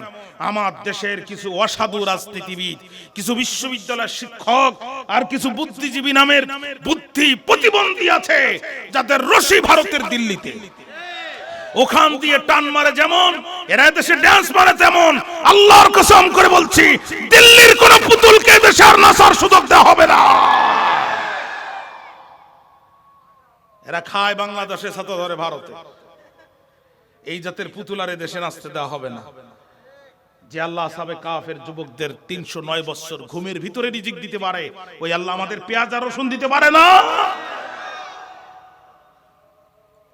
সুতরাং আমরা এই ঘুমের বাংলাদেশ আর দেখতে চাই না, খুনের বাংলাদেশ আর দেখতে চাই না, আতঙ্কের বাংলাদেশ আর দেখতে চাই না, মিথ্যা মামলার বাংলাদেশ আর দেখতে চাই না।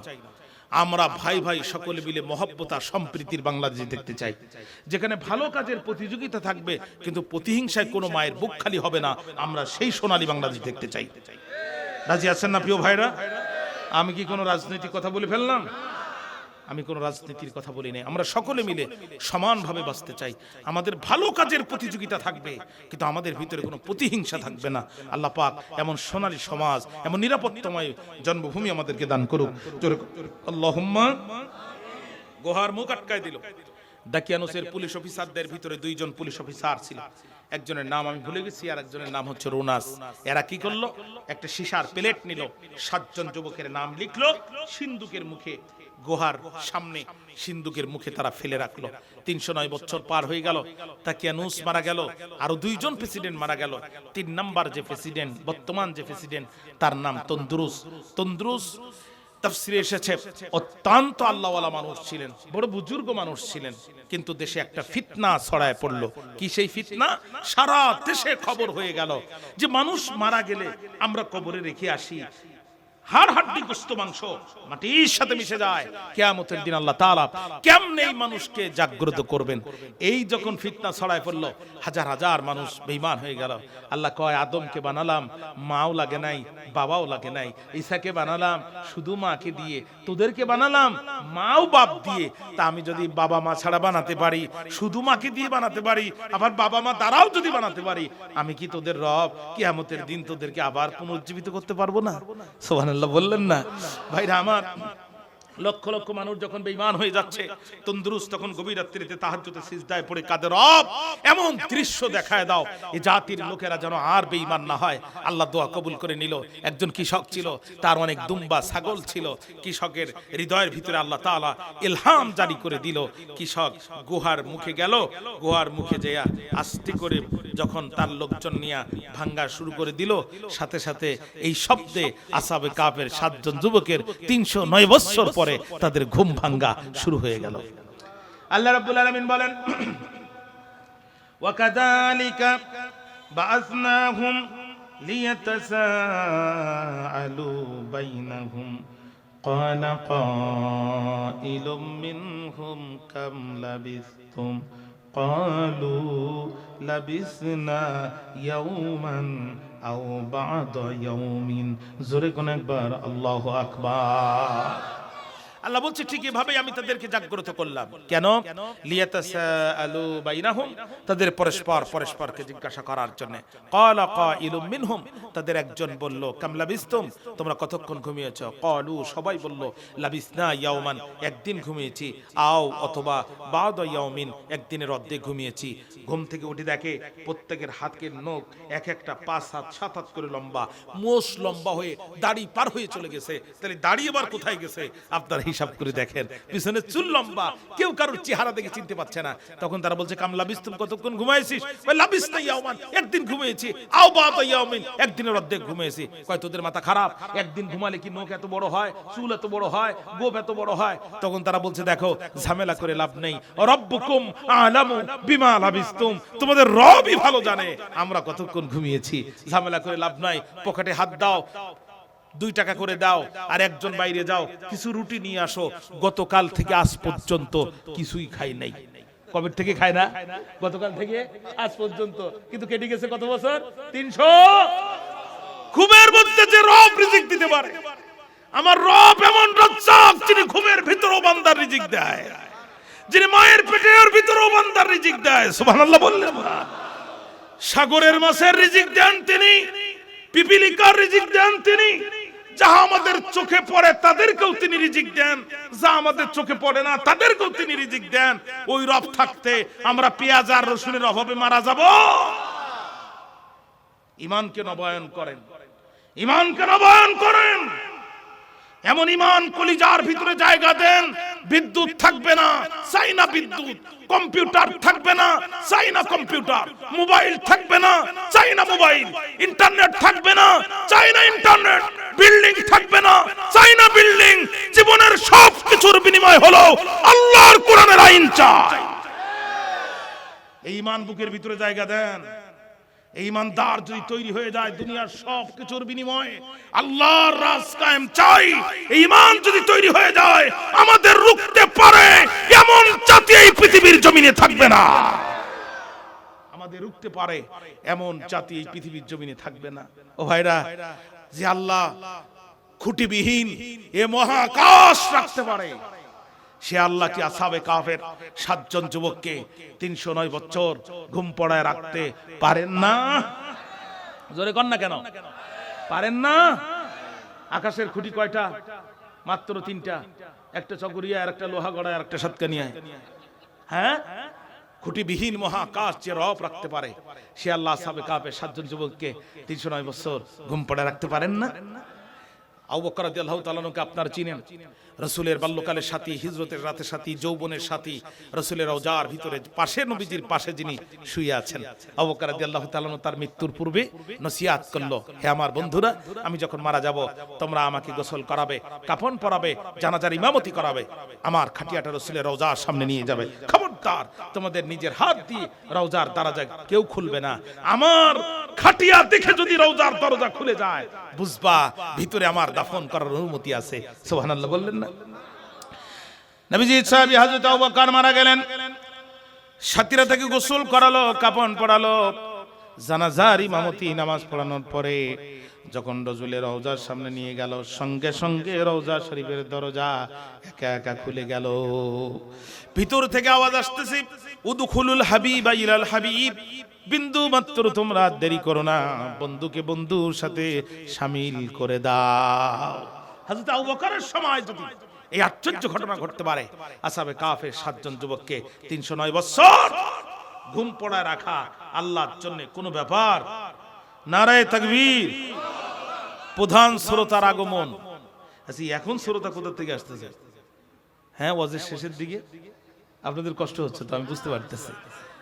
হযরত ওমরকে আপনারা চিনেন, খুলাফায়ে রাশিদার সবচাইতে দুদণ্ড প্রতাপশালী খলিফা। জুমার নামাজে তার খেলাফতের আমলে তিনি বক্তব্য দিচ্ছেন, জুমার খুতবা দিচ্ছেন রিয়াজুল জান্নাহর ভিতরে। রাসূলুল্লাহ যেখানে দাঁড়ায় বক্তব্য দিতেন, সুবহানাল্লাহ বললেন না? একই সময় ৮০,০০০ মাইল দূরে ইরাকের মাটি, ৮০,০০০ মাইল দূরে, মোবাইল নাই, ইন্টারনেট নাই, ইমেইল নাই, ফ্যাক্স নাই, ইমো নাই, ভাইবার নাই, টুইটার নাই, ৮০,০০০ মাইল দূরে ইরাকের মাটিতে যুদ্ধ হচ্ছে। এই যুদ্ধে নেতৃত্ব দিচ্ছেন রাসূলুল্লাহর সাহাবী হযরত সারিয়া রাদিয়াল্লাহু তাআলা আনহু। ওমর মদিনায় খুতবা দিতে দিতে হঠাৎ করে লাঠি উঁচু করে বলছে, ইয়া সারিয়াল জাবাল, আল জাবাল, ও সারিয়া, এভাবে হবে না, যুদ্ধের কৌশল পরিবর্তন করো, পাহাড়কে পিছনে ফেলো, সৈন্য নিয়ে তুমি সামনে আগায় যাও। হযরত সারিয়া ইরাকের মাটি থেকে বিজয় অর্জন করে মদিনায় এসে ওমরের হাত ধরে বলছে, আমিরুল মুমিনিন, খলিফাতুল মুসলিমিন, মদিনার মাটি থেকে আপনি আমাকে ডেকেছেন, আল্লাহর কসম ইরাকের মাটিতে আপনার কণ্ঠের আওয়াজ আমি আমার কানে শুনতে পেয়েছি। ও ভাইরা, ইন্টারনেট নাই, মোবাইল নাই, মদিনা থেকে ওমর ডাক দিলেন, আর ইরাকের যুদ্ধের ময়দানে নবী সাহাবী শুনতে পেলেন। এই আশ্চর্য ঘটনা যদি ঘটে, তাহলে আসহাবে কাফের 7 জন যুবককে 309 বছর ঘুম পড়ে রাখা, এটা আল্লাহর জন্য কোনো ব্যাপার? 309 বছর পর যুবকেরা পাহাড়ের ভিতর থেকে 309 বছর আগে স্বর্ণের টাকা নিয়ে যখন গুহার মুখ থেকে উঠছে, একজন তাফসিরে এসেছে ফাওয়াসু আহাদাকুম, আয়াতের তাফসিরে মুফাসসিররা লেখেন যাকে রুটি কিনতে পাঠাইছে এর নাম হচ্ছে তমালিকা। জোরে বলেন, তার নাম কি? তমালিকা। তমালিকা গুহার মুখ থেকে উঠে বেরিয়ে দেখে ঢাকার ফার্মগেট থেকে শুরু করে উত্তরা পর্যন্ত মেট্রো রেল শুধু উপর দিয়ে যাচ্ছে আর আসতেছে। আর একটু সামনে যে দেখে পদ্মা সেতু, আর একটু সামনে যে দেখে কর্ণফুলী টানেল, কথা কন না কেন, আর একটু সামনে যে দেখে চিটাগাং আর ঢাকার 4 লাইনের রাস্তা। তার মানে দেশ অনেক উন্নত হয়ে গেছে। এখান থেকে 50 বছর আগে যারা মারা গেছে, এদের ধরে যদি চিটাগাং মোড়া অক্সিজেন মোড়ে ছেড়ে দেন, ও রাস্তা চিনি বাড়ি আসতে পারবে? তখন কি এত বিল্ডিং বালাখানা ছিল? রাষ্ট্র কি এত উন্নত ছিল? ছিল না। 309 বছর আগের দৃশ্য আর এখন দৃশ্য তো মেলে না, হিসাব কিতাব চলে না। কি করা যায়? দুপুর বেলা ম্যাক্সিমাম দোকান বন্ধ, 2টা দোকান খোলা আছে। 309 বছর আগের টাকা নিয়ে নখ লম্বা, চুল লম্বা, গোফ লম্বা, টাকাটা দিয়ে বলছে, মামা 10টা রুটি দেন। দোকানদার চিন্তা করলো, নোক এক একটা ফাসাদ লম্বা, চুল লম্বা, গোফ লম্বা, আর 309 বছর টাকার হাতে, এ তো জিনের বাচ্চা। এমন ভয় পাইছে বেচারা, দোকান ফেলে পিছন দিকে দৌড়। কথা বুঝছেন না? ও চিন্তা করলো, খোদা এ কোন বিপদে পড়লাম, আমার দিকে মানুষ দৌড়ায় কেন? দ্বিতীয় দোকানে যে বলছে, মামা ও তো দৌড় মারলো, তুমি আমার 10টা রুটি দাও। ওই দোকানদার বলছে, তুমি দাঁড়াও, আমি আসতেছি বলি সেও দৌড়। 3 নাম্বার দোকানদার আবার খুব চালাক, খুব চালাক। 3 নাম্বার দোকানদার দোকান থেকে বেরিয়ে এসে হাতটা ধরে বলছে, মামা 309 বছর আগে স্বর্ণের মুদ্রা তুমি কোথায় পেয়েছো? 50% ভাগ দাও, না পুলিশ ডিউটি করতেছে, পুলিশ ডেকে কিন্তু ধরাই দেবো। এ পড়ে গেল আর এক বেকায়দায়। খোদা 2 জন দৌড় মারলো, বেঁচে গেলাম, ই আবার তো ভিন্ন বেকায়দায় ফেললো। এই কথা কাটাকাটি হচ্ছে 2 জনের মধ্যে। তাফসিরে এসেছে 2 জন পুলিশ অফিসার ডিউটি করতেছিল, একজনের নাম আর ইউস, আর একজনের নাম তান্তিউস। 2 জন এসে তমালিকাকে গ্রেফতার করে ফেললো। তমালিকা মনে করলো দাকিয়ানুসের পুলিশ অফিসার তাকে গ্রেফতার করেছে।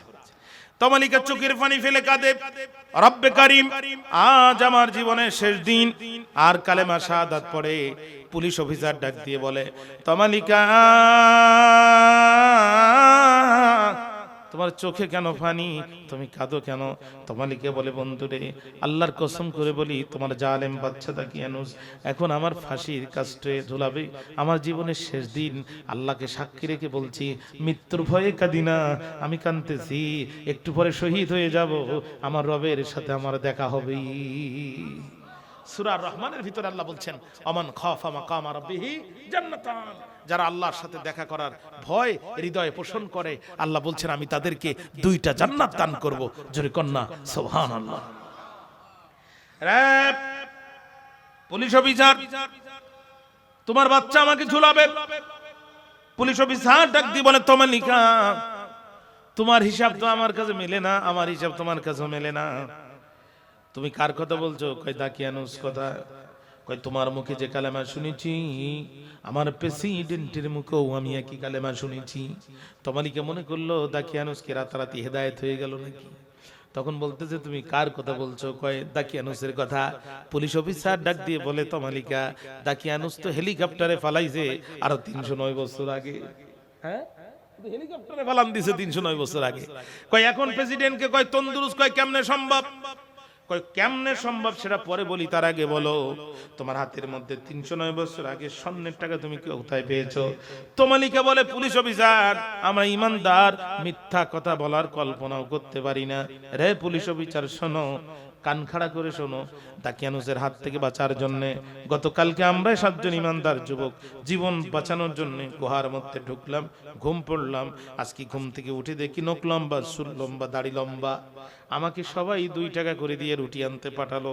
গুহা থেকে উপরে উঠে দেখলাম মেট্রো রেল, টানেল, কি বলে এয়ারপোর্টের 3 নাম্বার টার্মিনাল, এরপরে পদ্মা সেতু, তারপরে ফুল লাইনের রাস্তা। এরপরে 2 দোকানদার আমারে দেখে ফালালো। 3 নাম্বার দোকানদার আমারে গ্রেফতার, আমাকে ধরে 50% স্বর্ণের ভাগ চাইলো। কথা কাটাকাটির মধ্যে তুমি এসে গ্রেফতার করলে, কসম আল্লাহর, এর বাইরে আমি আর কিছুই জানি না। পুলিশ অফিসার বুঝতে পারলো যেহেতু তার আল্লাহর কিতাবের জ্ঞান, এর আগে যে কিতাব ছিল সে তার জ্ঞানে সেই কিতাবের জ্ঞান ছিল। পুলিশ অফিসার বুঝতে পারার সঙ্গে সঙ্গে দ্রুত রাষ্ট্রের সরকার প্রধানকে জানালো। আমার ভাইরা খেয়াল করেন, গোটা দেশে ইতিমধ্যে খবর হয়ে গেল 309 বছর আগের একজন যুবক পাহাড়ের গুহার ভিতর থেকে ঘুম ভেঙে যুবকটা বলে উঠে আসছে। এই যুবকটা বলে দাকিয়ানুসের আমলের যুবক। বলেন তো দেখি ও প্যানের ভাইরা, কি পরিমাণ মানুষ যাবে? আপনাদের এলাকায় যদি খবর হয় যে লোহাগাড়ার অমুক গ্রামে 20 বছর আগে এক যুবক মারা গেছিল, হঠাৎ করে সকালবেলা 8:30টার সময় রাগ করে কবর থেকে উঠে উপরে এসে বসে আছে, কি পরিমাণ মানুষ যাবে? গাড়ি ঘোড়া সব বন্ধ হয়ে যাবে, ঠিক না? মানুষ পিঁপড়ার মতো যাবে। সারা দেশের হাজার হাজার মানুষ বাঁধ ভাঙা জোয়ারের মতো গুহার দিকে রওনা দিল। গুহার মধ্যে যে 6 জন যুবক ছিল, যুবকরা চিন্তা করলো মনে হয় তমালিকার উঠি আনতে যে দাকিয়ানুসের ডিবি হারুনের কাছে ধরা গিয়ে গেছে। ওরাও ভয় পেতে লাগলো, বড় আতঙ্ক বুকের মধ্যে নিয়ে ওরা গুহার মুখে এসে তাকায়, দেখে পিঁপড়ার মতো মানুষ আসতেছে। ওরা তখন গুহার মধ্যে ঢুকে ভীত সন্ত্রস্ত অবস্থায় সময় কাটাতে লাগলো। এমন সময় লোকজন যখন গুহার মুখে গেল, ওই গুহার মুখে একটি সিন্দুক ছিল, সিন্দুকের ভিতরে একটা সিন্দুকটা তারা খুললো। এরপরে সীসার প্লেট পেল, সীসার প্লেটের ভিতরে 7 জন যুবকের নাম লেখা পেল। এরা যখন নাম বলে, যুবকরা তখন জি জি জি জি বলে উত্তর দেয়। সারা দেশের মানুষ একযোগে আল্লাহর কদমে সিজদায় পড়ে গেল। হে আমাদের রব, ও রব্বে কারীম, 309 বছর দুনিয়ার জমিনের গুহার মধ্যে যদি যুবকদেরকে ঘুমের মধ্যে তুমি বাঁচায়া আবার তাদেরকে তুলতে পারো, আল্লাহ স্বীকার করে নিলাম কিয়ামতের দিন তুমি যে আমাদেরকে জাগ্রত করতে পারবে, এ ব্যাপারে আর কোনো সন্দেহ নাই। চিৎকার দিয়ে একবার বলেন আল্লাহু আকবার। সারা দেশের মানুষ তওবা করল, দেশের মানুষ সিজদায় পড়ে গেল। এই যুবকেরা গুহার মধ্যে ঢুকে গেল। মুফাসসিরদের গবেষণা 2 ভাগে ভাগ হয়ে গেল। মুফাসসিরদের একদল মনে করেন যুবকরা গুহার ভিতরে যাওয়ার সঙ্গে সঙ্গে মালাকুল মউত আজরাইল আলাইহিস সালাতু ওয়াস সালাম আসলেন, যুবকদের জান কবজ করে তিনি নিয়ে চলে গেলেন। যুবকদের জীবন শেষ হয়ে গেল। আর মুফাসসিরদের একটি বড় অংশ মনে করেন না না, যুবকেরা যেহেতু ঈসা আলাইহিস সালামের উম্মত, ঈসা আলাইহিস সালাম আছেন আকাশে, সুতরাং যুবকেরা এখনো ঘুমাচ্ছে। ঈসা আলাইহিস সালাম আকাশ থেকে নামবেন যখন, এই যুবকদের ঘুম ভাঙবে তখন। এই যুবকরা কিয়ামতের আগে আবার জাগ্রত হবে। ঈসা আলাইহিস সালামের হাতে হাত দিয়া আপনার আমার নবী মুহাম্মদুর রাসূলুল্লাহ সাল্লাল্লাহু আলাইহি সাল্লামের উপরে তারা ঈমান আনবে। এই কোরআনের রাজ কায়েমের জন্য তারা আরো একবার সংগ্রাম করবে। ও প্যানের ভাইরা, এই যুবকেরা যদি বারবার এভাবে সংগ্রাম করতে থাকে, আমরা বাংলাদেশে তো আর 7 জন যুবক না, আমাদের গুহার ভিতরেও যাওয়া লাগবে না। আমরা কোটি কোটি ঈমানদার দাবি করি, তাহলে একবার কি আল্লাহর কোরআন হাতে করে নিয়ে আমরা স্লোগান দিতে পারি না? সব কিছু দেখা শেষ, এবার আল কোরআনের বাংলাদেশ। রাজি আছেন না ইনশাআল্লাহ? হাযা মা ইনদি ওয়াল ইলমু ইনদাল্লাহ আলাইহি তাওয়াক্কালতু ওয়া ইলাইহি উনীব। আসসালামু আলাইকুম ওয়া রাহমাতুল্লাহি ওয়া বারাকাতুহু। وكفر عنا سيئاتنا وتوفنا مع الأبرار. ربنا آتنا في الدنيا حسنة وفي الآخرة حسنة وقنا عذاب النار وادخلنا الجنة مع الأبرار يا عزيز يا غفار يا رب العالمين.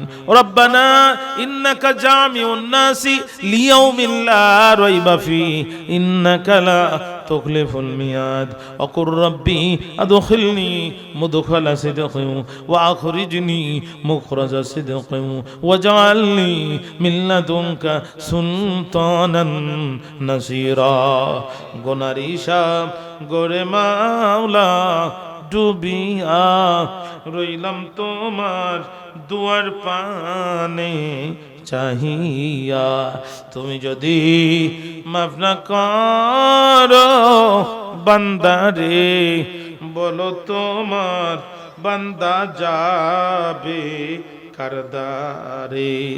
সকলেরই দুয়ার্থে কে আল্লাহ ফিরিয়া রইলাম তোমার দুয়ার পানে চাহিয়া। দাদা দাদি নানা নানি চারজনে, আব্বা আম্মা বিবি বাচ্চা সন্তানে, যত মুমিন মুসলমান ঈমানদার মাফ করে দাও ও গো আল্লাহ পরওয়ার। আদর করে মানুষ তুমি বানাইয়া কেমনে দিবা জাহান্নামে ফেলিয়া। যত গুনাহ করলাম আল্লাহ গোপনে, মাফ করে দাও সকল গুনাহ নিজ গুণে। যত গুনাহ করলাম আল্লাহ যৌবনে, মাফ করে দাও সকল গুনাহ নিজ গুণে। আল্লাহ রাজ্য তো গভীর হয়ে যায়, পৃথিবীর অফিস আদালত গুলো বন্ধ হয়ে যায়, কিন্তু তোমার আসমানের অফিস আর আদালত গুলোতে কখনোই তালা লাগা হয় না। তুমি বলো বান্দারে উদউনি আস্তাজিব লাকুম, আমারে ডাক রে বান্দা, আমারে ডাক, তোদের ডাকের সাড়া দিব আমি মাওলা পাক। আয় আল্লাহ, এই গভীর রাত্রিতে ঐতিহ্যবাহী হযরত বড় মাওলানা সৈয়দ মুফাজ্জলুর রহমান রহমাতুল্লাহ আলাইহির স্মরণে এলাকাবাসীর উদ্যোগে ৯ম বার্ষিকী তাফসীরুল কোরআন মাহফিল ২০২৬ রব্বে কারীম আমিরাবাদ লোহাগড়া চট্টগ্রাম আমরা তোমার দরবারে হাত তুলেছি। আয় আল্লাহ, মেহেরবানি করে আমাদের তামাম জীবনের গুনাহগুলো তুমি সওয়াবে পরিণত করে দাও। রব্বে কারীম, হাত যারা আমরা তুলেছি, আমাদের জনম দুঃখিনী মা অনেকের দুনিয়ার জমিনে নাই, জনম দুঃখী বাবা দুনিয়ার জমিনে নাই। আল্লাহ তাআলা মেহেরবানি করে আমাদের পিতামাতার অন্ধকার কবরকে তুমি জান্নাতুল ফেরদাউস বানায় দাও। আল্লাহ, বাবার কবরে আযাব দিও না, মায়ের কবরে সাপ আর বিচ্ছু দিও না। ছোটকালে যেমন আমাদের পিতামাতা আমাদেরকে লালন পালন করেছে, আয় আল্লাহ তুমি আমাদের পিতামাতাকে তোমার রহমতের কোলে তুলে নাও। আল্লাহ আমাদের মধ্যে যারা অসুস্থ শেফায়ে কামিলা দান করে দাও। আল্লাহ আমাদের মধ্যে যারা কন্যা দায়গ্রস্ত তাদের কন্যাকে পাত্রস্থ করার তৌফিক দাও। আয় আল্লাহ আমাদের মধ্যে যারা ঋণগ্রস্ত তাদের ঋণ থেকে মুক্ত হওয়ার তৌফিক দাও। ব্যবসা বাণিজ্য যারা করে আল্লাহ তাদের হালাল ব্যবসায় বরকত দাও। অবৈধ সুদ থেকে তাদের পরেশ থাকার তৌফিক দাও। রব্বে কারীম খাস করে দোয়া করি এলাকার যত মানুষ মাটির গহীন কবরে চলে গেছে আল্লাহ তাদের প্রত্যেকের কবরকে জান্নাতুল ফেরদাউস বানায় দাও। প্রবাসী ভাইরা যারা বিদেশে বিরাজ্যে করে আয় আল্লাহ মায়ের বাচ্চা মায়ের কাছে নিরাপদে পাঠায় দাও। তাদের আয় রুজিতে বরকত দাও। পরিবারের সাথে সম্পর্ক অটুট থাকার তৌফিক দাও। রব্বে কারীম মেহেরবানি করে এই মাহফিল কমিটি এলাকাবাসীর এই খেদমত কবুল করে নাও। স্টেজ মাইক প্যান্ডেল যারা দিল রান্না বাড়া করে যারা সহযোগিতা করলো কিয়ামতের কঠিন মুসিবতের কালে আজি মাহফিল আমাদের নাজাতের ওসিলা বানায় দিও। মাহফিলে দুইজন সম্মানিত সহ সভাপতি দয় আল্লাহ সৈয়দ মাওলানা মুহাম্মদুর রহমান মাওলানা হাসান রফি সাহেবকে আল্লাহ কবুল আর মঞ্জুর করে নেন। আমরা যারা কথা বললাম মুফতি হাবিবুল ওয়াহিদ মাওলানা নাজির হোসেন আল্লাহ আমাদের সকলকে আপনি মেহেরবানি করে কবুল আর মঞ্জুর করে নেন। আয় আল্লাহ এদেশকে তিনবার নেতৃত্ব দিল মরহুমা বেগম খালেদা জিয়া আল্লাহ তার জীবনের গুনাহগুলো মাফ করে দাও। মিজানে ফুলসিরাতে আল্লাহ তার জন্য সহজ করে দাও। রব্বে কারীম আয় আল্লাহ তাআলা শহীদ ওসমান বিন হাদি টকবগে নওজোয়ান যেই দেশে মাদ্রাসার ছাত্র ছিল আল্লাহ একজন ইমানদার টকবগে যুবক ছিল আল্লাহ মেহেরবানি করে ওসমান হাদিকে শহীদ হিসেবে কবুল করে না। আল্লাহ আমাদের মাথার তাজ বিশ্ববরণ্য মুফাসসির কোরআন আল্লামা দেলোয়ার হোসেন সাইদি রহমাতুল্লাহ আলাইহি এই চট্টগ্রামের মানুষ তারে সবচেয়ে বেশি ভালোবেসেছে রে মাওলা। এখানকার মানুষ তার জন্য প্রাণ দিয়েছে শহীদ হয়েছে কোরআনের জন্য। আয় আল্লাহ 5 দিন ব্যাপী মাহফিল তিনি যখন করত এলাকায় ঈদের আমেজ পড়ে যেত। বিদেশি বিরাজ্য থেকে লোকজন আসতো, স্কুল ঘাট বাজার ঘাট বন্ধ থাকতো। 5 দিন চট্টগ্রামের মানুষ কোরআন শোনার জন্য পাগল হয়ে যেত। আয় আল্লাহ কোরআনের মুফাসসির কবরে মেহেরবানি করে আল্লামা সাইদির কবরকে জান্নাতুল ফেরদাউস বানায় দাও।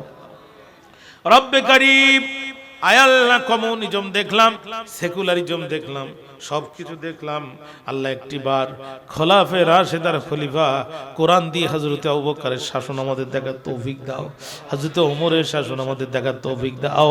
বাংলাদেশকে আল্লাহ তাআলা মেহেরবানি করে তোমার কোরআনের হুকুম নিজামের দেশ হিসাবে কবুল আর মঞ্জুর করে না। জানি না কোন দিন কখন কোথায় কিভাবে মারা যাব, শাহাদাতের মৃত্যু নসিব করে দিও। আর জবানে জারি করে দিও মধুর কালেমা লা ইলাহা ইল্লাল্লাহু মুহাম্মাদুর রাসূলুল্লাহ সাল্লাল্লাহু আলাইহি ওয়াসাল্লাম।